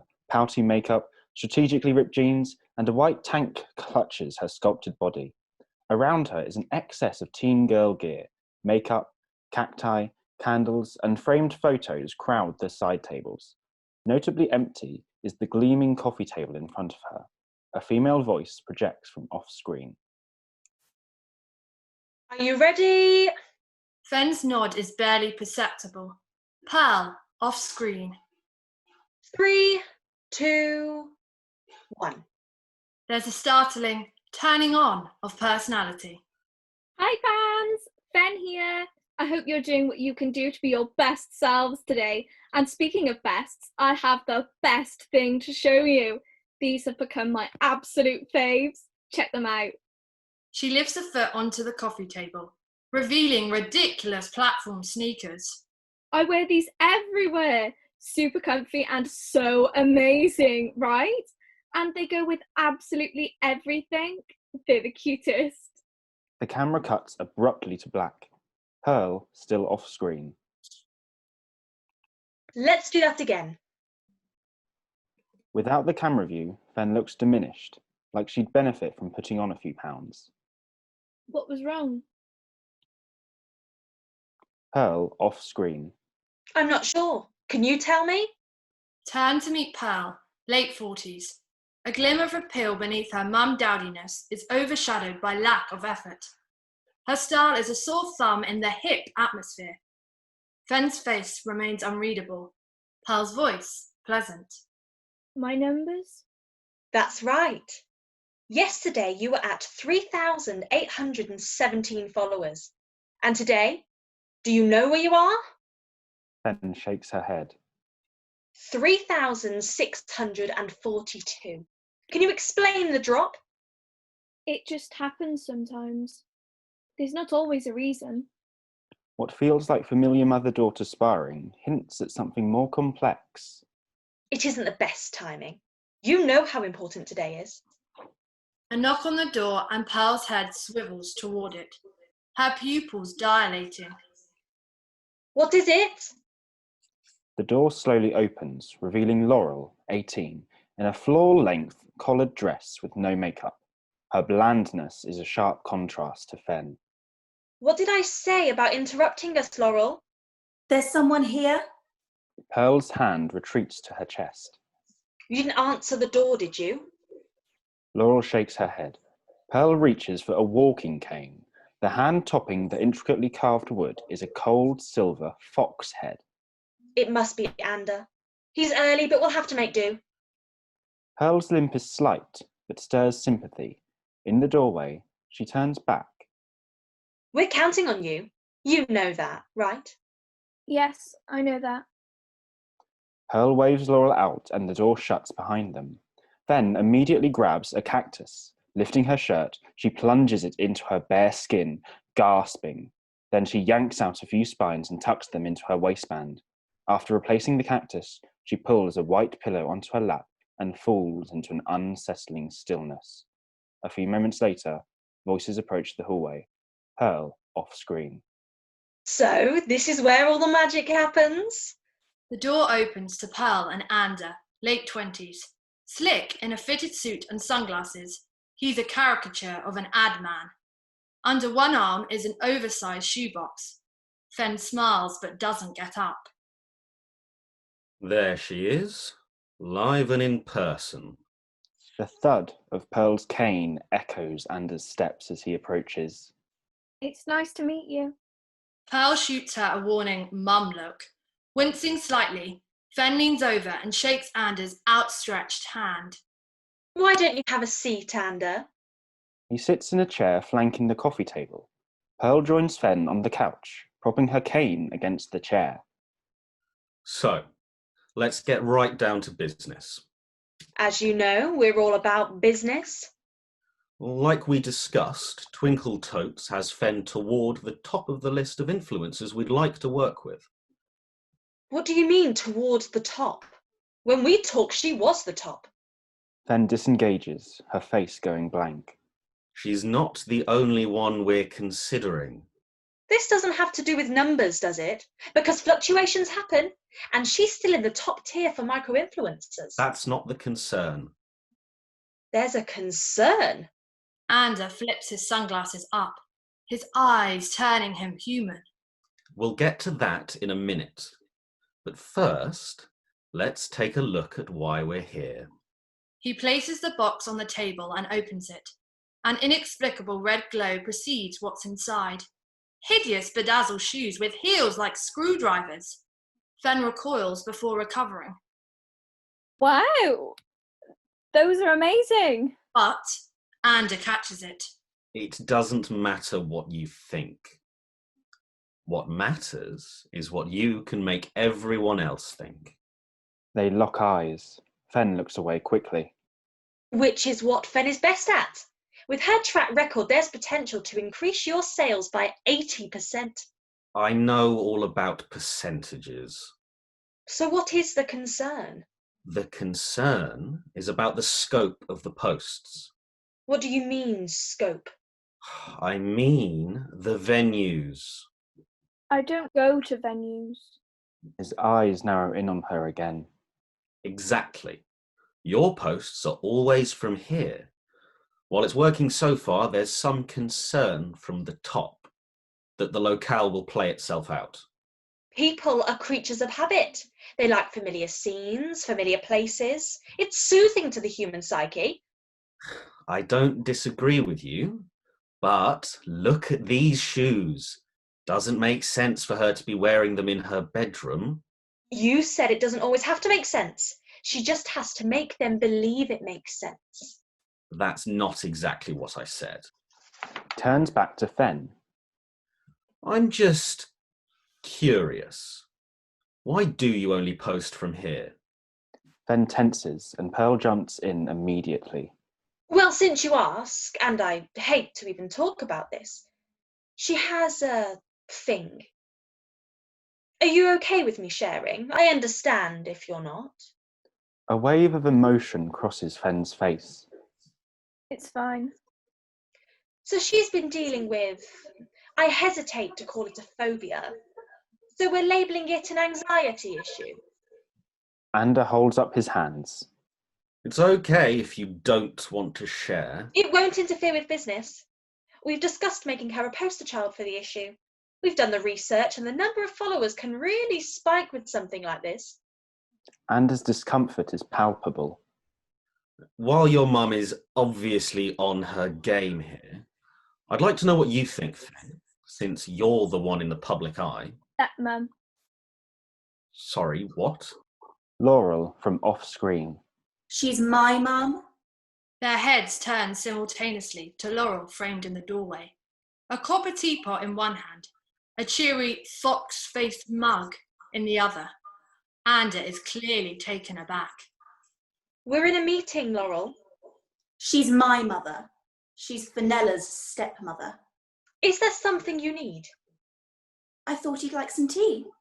She's eyeing Ander, half frightened, part mesmerised, like she's never seen a man before. Ander snaps out of it. Yeah, sure. That would be, nice. Laurel jumps on it, approaching twitchily, but at close proximity, she freezes up. I have scones, if you want them. Scones? Oh, no, thank you. I'm, on a diet. Oh, from the looks of you, I don't think you need to be thinking about things like that. You can leave it now, thank you, Laurel. Laurel clumsily puts the mug down and starts pouring. Hot water sprays everywhere and into the shoebox, a snake of steam trailing out of it. Ander jumps up and pulls the box away. Sorry. Oh, I'm sorry. She yanks up the hem of her dress and begins wiping frantically. There's a slight collective gasp as her feet are revealed. On them are the same platform sneakers Fen is wearing. Pearl's face goes white. As I said, that will be enough. I'm sorry. I was just trying to help. With Pearl focused on Laurel, Fen attracts Ander's attention subtly, turning the pillow around as soon as he looks. On it, written in blood, is one word: help. Ander's head tilts in question, confused. Just as quickly, the pillow flips back. Pearl, engaged in a mental battle with Laurel, doesn't notice. For Christ's sake, Laurel, just get out! Laurel begins a hand-dog retreat. She turns back briefly, looking at Fen. Something charged passes between them. I'm sorry, Ander. Why don't you have a seat and we'll get back to business? Living with two girls. There's never a dull moment around here. Ander reluctantly sits, keeping the shoebox on his lap. I can imagine. He tries to catch Fen's eyes, but she stares straight ahead. So we're talking about the anxiety issue. If you think not revealing this is a better option, we're open to that. The primary goal is to work with Twinkle Toads. It's a perfect fit that will ultimately benefit the both of us. Which gets us to everyone's favourite topic, money. Pearl's eyes shift briefly, a moment of trying to process something she's witnessing. In an abrupt cut to her point of view, the fox head of the cane lands squarely on Anders' temple. He's momentarily stunned before toppling out of frame. Laurel stands behind the chair, cane in hand. Pearl and Fen gape. Look what she made me do. Pearl's mouth opens and shuts before vocals kick in. Good God, Laurel. It's her fault. Fen's eyes fall to the floor, transfixed in horror. Look at the pillow. Look at it. Pearl stands forcefully. Give me my cane. Laurel holds it out, appearing to give in, but drops it short of Pearl's outstretched hand. She lunges at Fen, wrestling the pillow away. He holds it up triumphantly to Pearl. At the sight of the bloody help, Pearl's anger retreats. Its absence is terrifying as she turns to Fen. You know better. I thought I taught you better. But Fen's eyes remain frozen downward. We follow her gaze to Anders' unmoving body. One red heel toppled from the box is pointed directly at his fractured temple. What are you going to do? Someone needs to help. You need to call for help. Ignoring her, Pearl grabs a makeup wipe and removes Fen's face. The vulnerability revealed is difficult to look at. I'm disappointed in you. And you know what happens when I'm disappointed. Pearl nods to Laurel, who pulls Fen up and drags her toward the closet. The inside of the closet is a shock. A naked light bulb on a chain barely illuminates a thin blanket, bucket, and 2 dog bowls. It's a cruel space even for an animal. Fen's hand reflexively snags the door frame. Laurel pries it off and shoves her in. Fen crumples against the back wall as the door slams shut. Cut to interior, closet, day, continuous. At the sound of the lock, Fen clutches her ears, curling into a tight ball. Interior, bedroom, day, continuous. Laurel turns, her triumph disintegrating as she faces Pearl. You've disappointed me as well. I didn't expect you of all people to disappoint me. I'm sorry. I just didn't want her to ruin it. You should have stayed out of sight like we agreed. She's always trying to ruin everything. I understand. But that's not an excuse for what you just did. A brief hysterical sob from Laurel. What are we going to do? She bows her head. Fen's bloody fingerprints on the frame coming into view. Cut to interior, closet, day, continuous. Fen lifts her head, cocks it towards the door. Cut to interior, bedroom, day, continuous. Pearl bends down and retrieves her cane. I don't know what I'm going to do yet. Right now, you need to stop blubbering so I can think. Okay, I'm sorry. I'll try to stop. There's a rustle from below and they freeze. Looking down, Anders' eyes are open, staring at the heel. He lifts his head and scans the room. Oh, is there a point to that heel? His gaze lands on Pearl and Laurel, eyes crossing in confusion. Cut to interior, closet, day, continuous. Fen scrambles to the door and begins pounding desperately. No! Go! Just go! Get out! Get out! Get out! Cut to interior, bedroom, day, continuous. Anders' head turns slowly toward the closet. He squints at it, then back to Laurel and Pearl. Is there a point to anything? Cut to interior, closet, day, continuous. Fen's hands claw at the wood, frantic. She pauses, taking in the silence on the other side, then presses her ear into the door desperately. As the hideous thud hits, her mouth drops in perfect choreography, the sound of her scream unable to make its escape. Cut to black. The end. Thank you so much for that. Our last writer for the evening is Jessie Lawrence, and Jessie has written a script called Out of Sight. So Jessie, tell me whereabouts you are and how you came to write the script. Hi, firstly, can I say thank you very much for shortlisting my script. I'm delighted. I'm in Bath, actually. I was born here and I grew up here. I haven't always lived here, but I came back several years ago.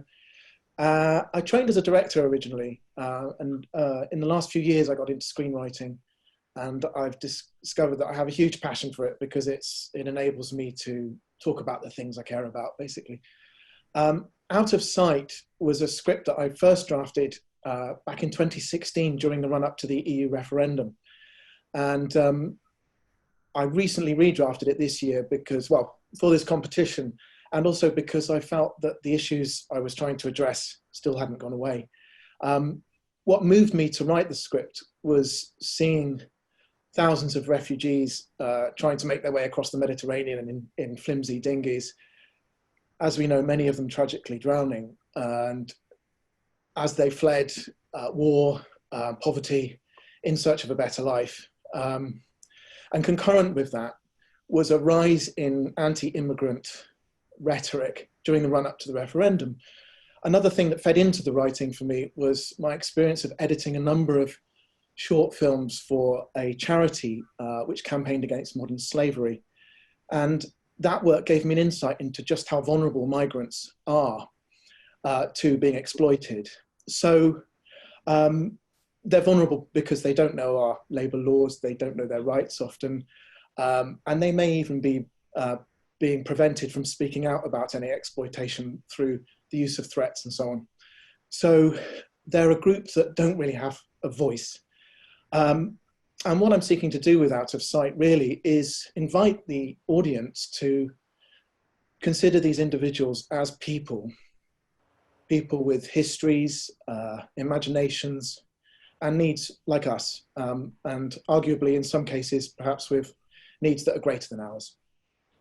Brilliant, thank you. Yeah, once again, using film as a tool for empathy, which is its greatest skill. Yeah, thank you. So now we're going to watch the read-through of Out of Sight by Jessie Lawrence. Out of Sight by Jessie D. Lawrence. Exterior, city centre, office block, night. A street, deserted, save for the occasional passerby hurrying home to escape the cold. A beat-up transit pulls up. Out steps Vladik, 40, dressed in bomber jacket and jeans, shaven-headed brute and gang master. He walks around the back of the van and opens the rear doors.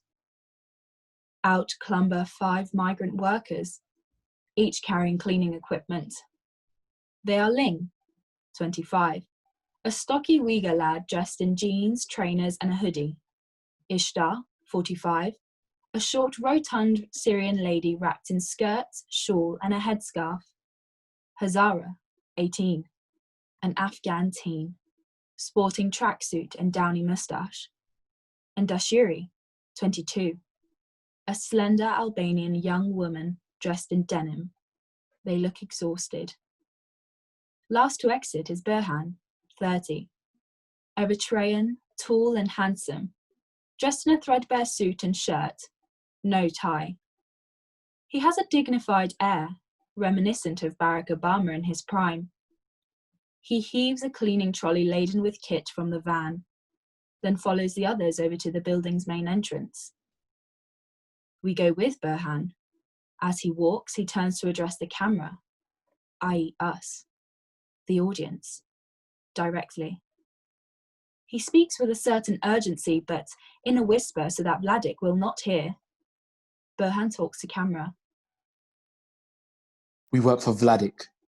He is in charge and we must take care to do our job well. Interior office block, atrium, night. The group enters, having left Vladik outside, and makes its way over to the lift. Berhan catches up the rear and is the last to enter. The group stands in a line, facing camera. Berhan, tallest and centre. Like a poster shot for some proud boy or girl band, except that this band's lives are far removed from the glamour of the pop music world. Burhan relaxes, now that Vladik is no longer with them. He smiles. He speaks to camera. My name is Burhan. It means light. He presses the up button.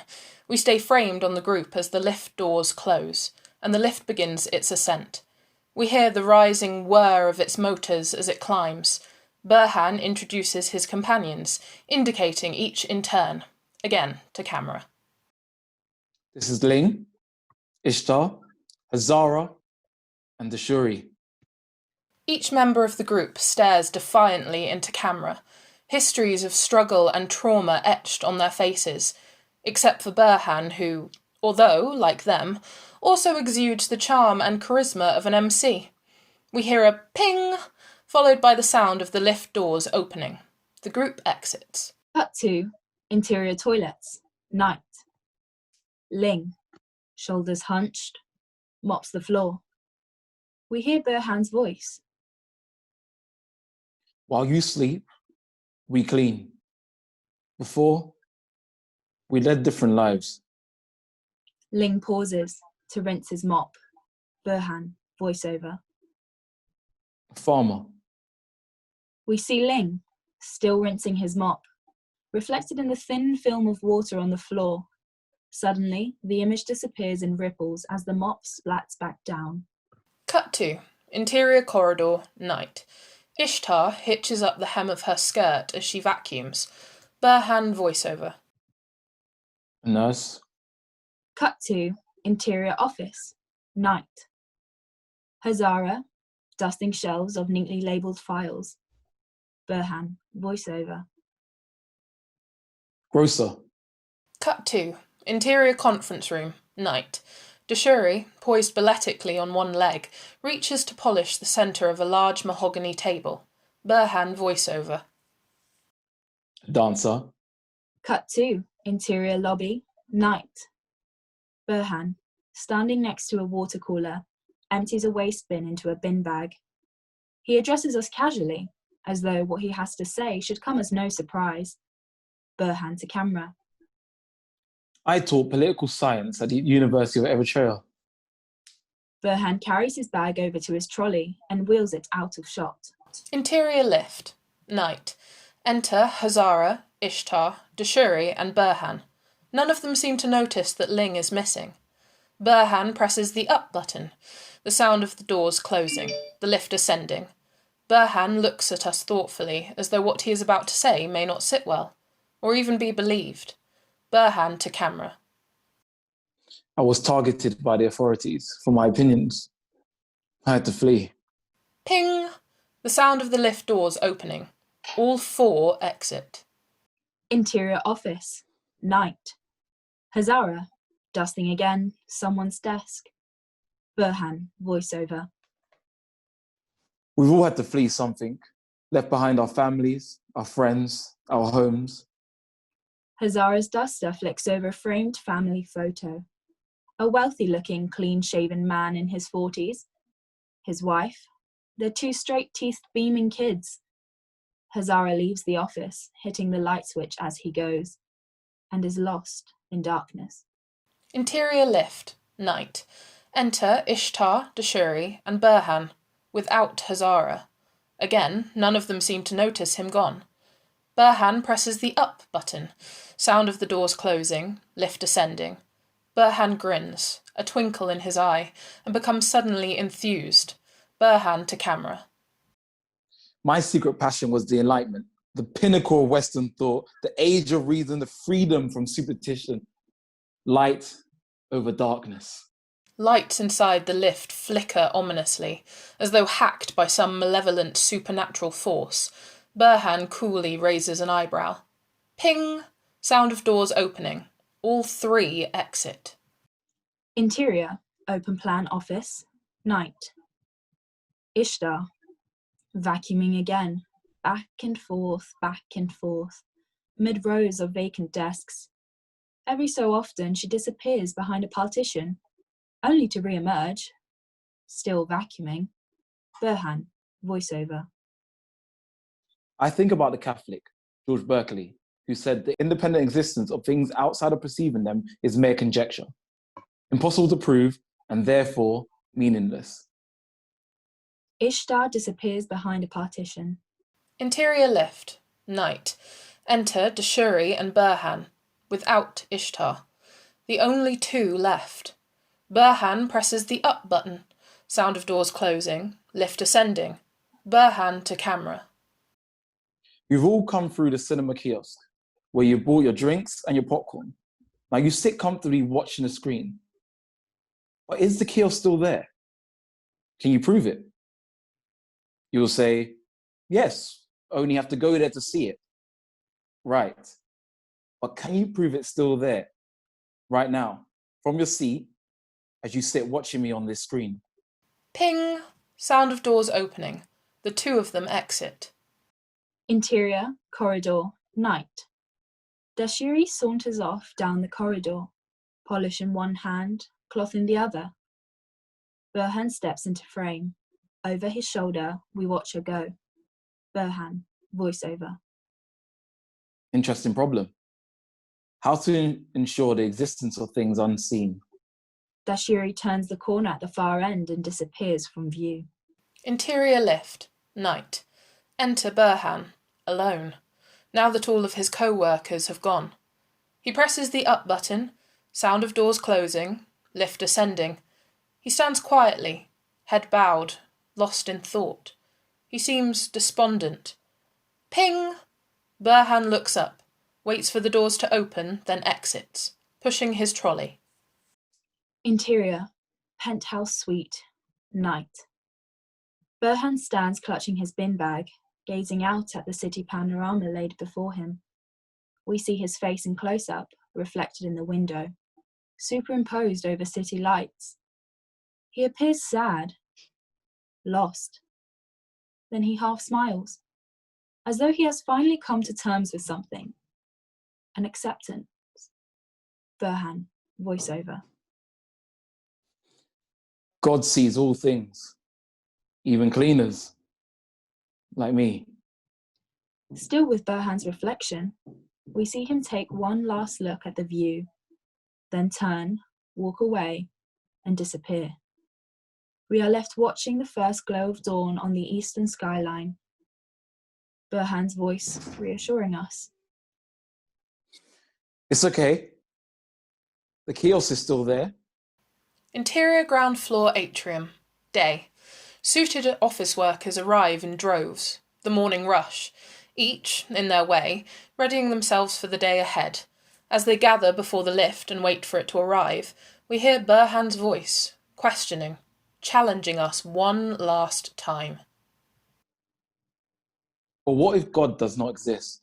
You'll say, I think, therefore I am. In other words, you perceive yourself. Therefore, you do exist. Close on workers' faces, some fresh-faced, some tired, some bored, some reading a paper or checking their phone. Burhan's voice continues. But do I exist as fully without you, or you without me? Ping! The lift arrives. The doors open. No Burhan. Just his cleaning trolley. The workers enter the lift, ignoring the trolley, all too caught up in their own worlds to notice. End.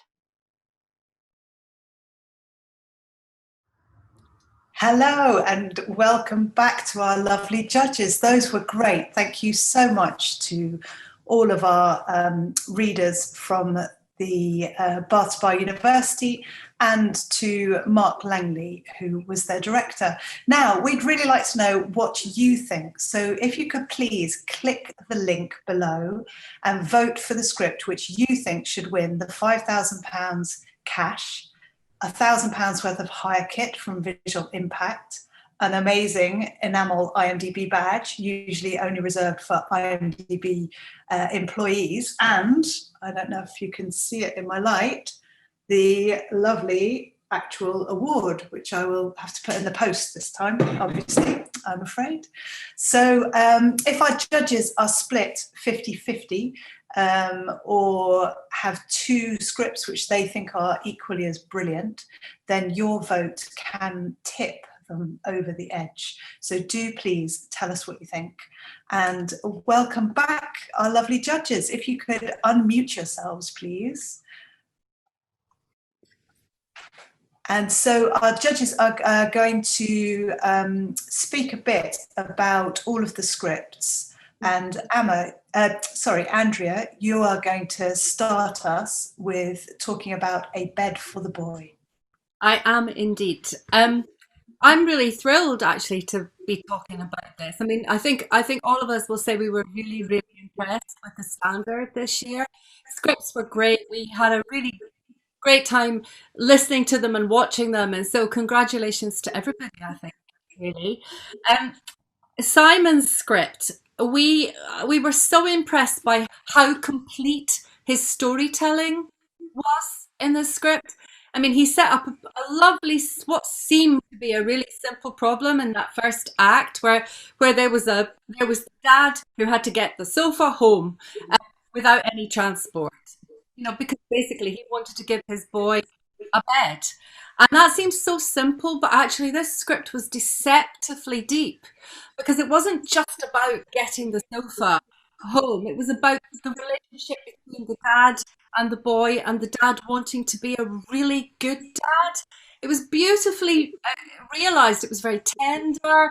The relationship between the two of them was so sweet, but also you could really feel that dad's determination to do the best for his boy. So that was really, we thought that was really beautifully executed.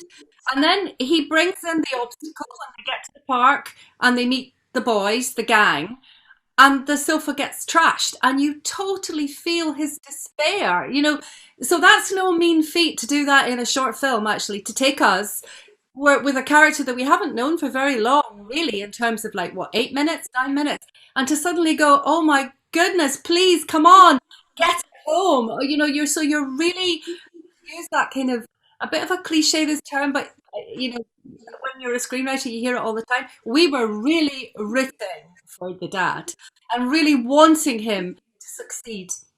And the other lovely thing that we think Simon did was he solved the problem of the sofa by going back to the situation in the first act, which is very clever storytelling. You know, he didn't just something didn't just miraculously appear for him to get the sofa home. He had to really think about how he was going to solve his problem, and that was going back to the house that he had originally been, where he had seen that there was a go-kart, and that was how he got home. And the other lovely thing was the subtlety in the way that he gave us details. I mean, we were told very, very subtly that this was a dad who only saw his boy on a Friday. It wasn't laboured, it was just, oh, there it was. So we knew exactly that this was a dad where everything was resting on him doing the best for his boy on a Friday, because that was the only day he had him. And he really wanted the bed. So congratulations, Simon, because it was really clever, subtle, detailed storytelling with beautiful dialogue, actually, really great dialogue, tender relationships and characters that you could properly totally invest in. Thank you, Andrea. And Amma, you're going to talk a bit about the next script, which was Lambing by Katie McNeice. I am, yes. I'm going to talk about Katie's screenplay, which we talked about very extensively, as we obviously did with all of these really, really wonderful pieces. As Andrea said, it was really, really difficult to sort of think about what might be best and what should be a winner, because I think all of the scripts, every single one of them, had some quality that made it a winner in its own right, at the risk of sounding crass, but it's actually true. What we loved about Lambing was actually how cinematic it was right from the very beginning, and the very clear, if you like, cinematic thought process that Katie clearly put behind this script. I could see it straight away. We could imagine it straight away, and it's not easy to do that. Once again, she was dealing with relationships and characters that we felt for, that we really, really felt for, and for me, this piece was ambitious. It wasn't simply ambitious because of its subject matter, but it was ambitious in terms of what it was trying to do. You know, the beginning starts with this juxtapositioning, this intercutting between man and boy, if you like.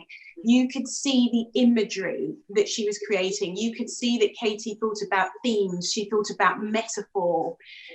She thought about emotion. She thought about gaze, point of view. I was so impressed. We all were, with her courage and her decision making and her certainty about whose point of view this story should be told from.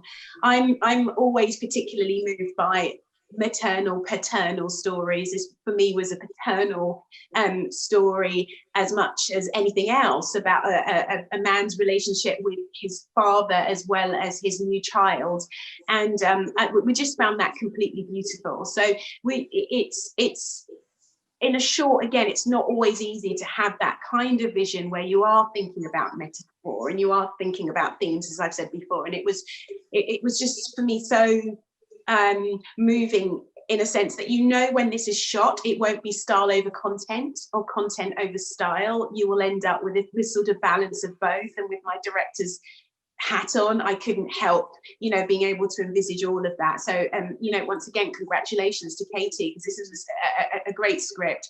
I can see Katie's career unfolding in a forward manner, and I'm really excited for what she might have, you know, planned for the future and what she goes on to do, because I think she's a super talented screenwriter. And yeah, it was just an honor to judge this piece of work.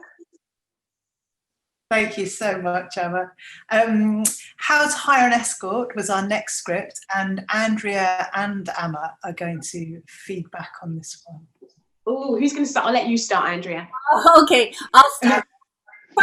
First of all, what we really loved about this is the fact that the expectations that we all have of certain roles or what people are in society were completely upturned in this script. You know, that we loved that. And the tensions that were built up, like, oh my goodness, she's 70, she's hiring an Escort. What is going to happen next? That's really good storytelling. If you can take us on that kind of journey of asking questions and being and anticipating, if you like. Okay, Amma, you could come in now. Well, yeah, I mean, it was beautifully subversive in that way, in so many ways. You didn't quite know what story was going to be told, although you thought you did in many ways. I thought it was, as I say, beautifully subversive. I thought discovery and revelation was very important in this, and that's obviously what we had. It's not easy to do in a short. And really, you know, what we talked about was, this is really a story about grief. And that theme, if you like, is beautifully buried under, you know, moments of comedy and all of the other elements that Andrea and I both talked about, like revelation and discovery and all of those things. There is that moment when he, the escort, decides he's going to help this widow, this new widow. And I think, you know, it's bold and it's courageous to put these two unexpected characters together in this way, and then kind of flip the script literally on why we think that they've come together, and to actually know that it's about something that's so relatable and something that's so universal and something that in the end is so deeply moving. And so I was really moved with the choice of subject matter, with the boldness of subject matter. We were really moved by the courage to kind of make this statement, and also the courage to really create archetypes, which is what I mentioned, you know, earlier, and not stereotypes. You know, it was about really trying to find the truth of these characters, each of their truths. And I thought, you know, just really beautiful. So again, you know, this is what has made it so difficult for us to kind of make this decision, because every single one of these scripts has had something bold and courageous and ambitious and moving behind each one of the stories. And that, again, just a joy. Just quickly to say that the other thing that we all felt about this was it's really difficult to sometimes write a script where there is a shift in tone, you know, where something is slightly surreal or slightly comic, and then to go to a poignant or an emotional or or a kind of really moving moment. And actually the tonal shifts were really well handled in this. For a new writer, we were really, really quite impressed by that. So thank you very much, really, for that. Thank you both for that. Now, Cole, you're actually going to feed back on the next two, on both the influencer and Out of Sight. Yeah, so we'll start with the influencer first of all. So topical and relevant. And it was interesting to hear that Rachel said she wrote this during lockdown. And I think that kind of clicked in there, didn't it? The sort of the exploration of the evil side of social media, because on the surface, everything kind of is all glitzy and glamorous, but it makes you wonder. I mean, I'm now gonna, I think whenever I see anything online, I'm gonna be like wondering what is going on behind the scenes. There, so that was such an interesting exploration. Again, because it's written in lockdown, the use of a single location would make this very filmable, very, very easy to film. And then just the brilliant kind of family dynamics and tensions that are going on there as you realise between the two sisters. And then, oh my goodness, the moment where it turns and she displays the pillow with help written on there. Oh goodness me. So yeah, so just a fabulous story for our times. We had a great discussion about this, and then afterwards, it reminded me of something, and I mean this as a complete compliment. There was a film that played at the Cheltenham Film Festival recently, a French film called Selfie, which was an exploration of several interconnected shorts all around the world of online community, social media, and this would fit very nicely in that kind of framework. So well done, Rachel. Thank you very much. Okay. So do I go straight into the next one, Holly? Yeah. Out of Sight. So thank you, Jessie. While you sleep, we clean. Just fascinating story. Made us all think. Made us think about, do we appreciate the people who behind the scenes help society to function. It was very cinematic. Speaking personally for me as somebody who works on a multi-floor office, it made me think about what goes on in the building when we're not there. Who are these people? And we discussed specifically the way the characters were introduced from the perspective of this is what they did in their home country before they had this role, was just so well done. And then the very clever device of, as you go down each floor, one of the characters fades out from the story until, of course, you're left with just the empty trolley. And the workers arriving in the morning just pay no attention to it. And bonus points for the philosophy introduced, and is the kiosk still there? And obviously very topical in today's world. So well done, Jessie. Thank you. Thank you very much, Cole. Now, normally I would now introduce the audience vote, but as sometimes happens, the audience have voted the same as you. So I'm not, I nearly totally gave it away. So, Cole, this is your role, is to announce who is going to win. Yeah, okay. So before I announce the winner, we would like to give an honourable mention to Simon for a bed for the boy. So that is our honourable mention. But now I will announce our winner, and the audience winner too is Katie McNeice's Lambing. Well done, Katie.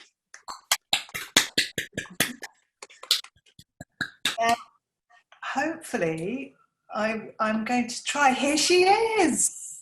Hey! You're on mute, Katie. Well, I'm off now. I was cursing a second ago, so I'm glad I'm on mute.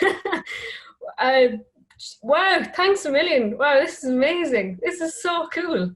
Like, wow. The second you win something, the writerly eloquence just goes out the window, doesn't it? Yeah, I don't know what to say. Jesus, it's amazing. Wow, like I really love that. Like I was glued to it, like all of them, all the scripts, and like Jesus, like well done to the readers and everything. And like this was, you know, I think a lot of the other writers like mentioned this before we did this, and there was always an element of us that was like slightly disappointed that this wasn't going to go ahead in person. But honestly, like this has been amazing. Like I've done so many festivals with my first short, which I directed last year, since this happened. Like I've done so many festivals like from this chair in the last couple of months, and this has probably been one of the best events that I've done in the whole thing. You know, it's like it's just so inclusive, and like Holly put so much effort into including all the writers as well, and like getting to hear what you all have to say as well. You know, it's I can't praise it enough. Just well done. Like seriously, it's amazing. I'm delighted. I'm absolutely delighted. I can't say it enough. Really, it's class. Thank you. Oh, congratulations, Katie. So this, yeah, I will somehow get this. That's in the huge. Yes, it's bigger than normal, Col, isn't it? I think it has grown. It must be your camera. Huge. So I will get that into post for you, Katie. And also, this is yours too. I'm going to put that on my face. That's so cool. Thank you. So you only get one of those normally, Katie, if you're actually employed by IMDb. So it is, yeah, it's pretty special. He won't give me one. If you run Can, you get one, but not Bath. Yeah. That's so cool. It's so amazing. I'm going to think of all this really clever, like articulate stuff to say the second that I'm off the phone with all of you, and I know it. Like that's the only annoying thing about this. But I want to say, Amma, as well, thank you so much for your comments. Like my family and everything were texting me as you were speaking, and I just thought it was just such a kind way to describe the script. And I think it shows as well how thoroughly you read them.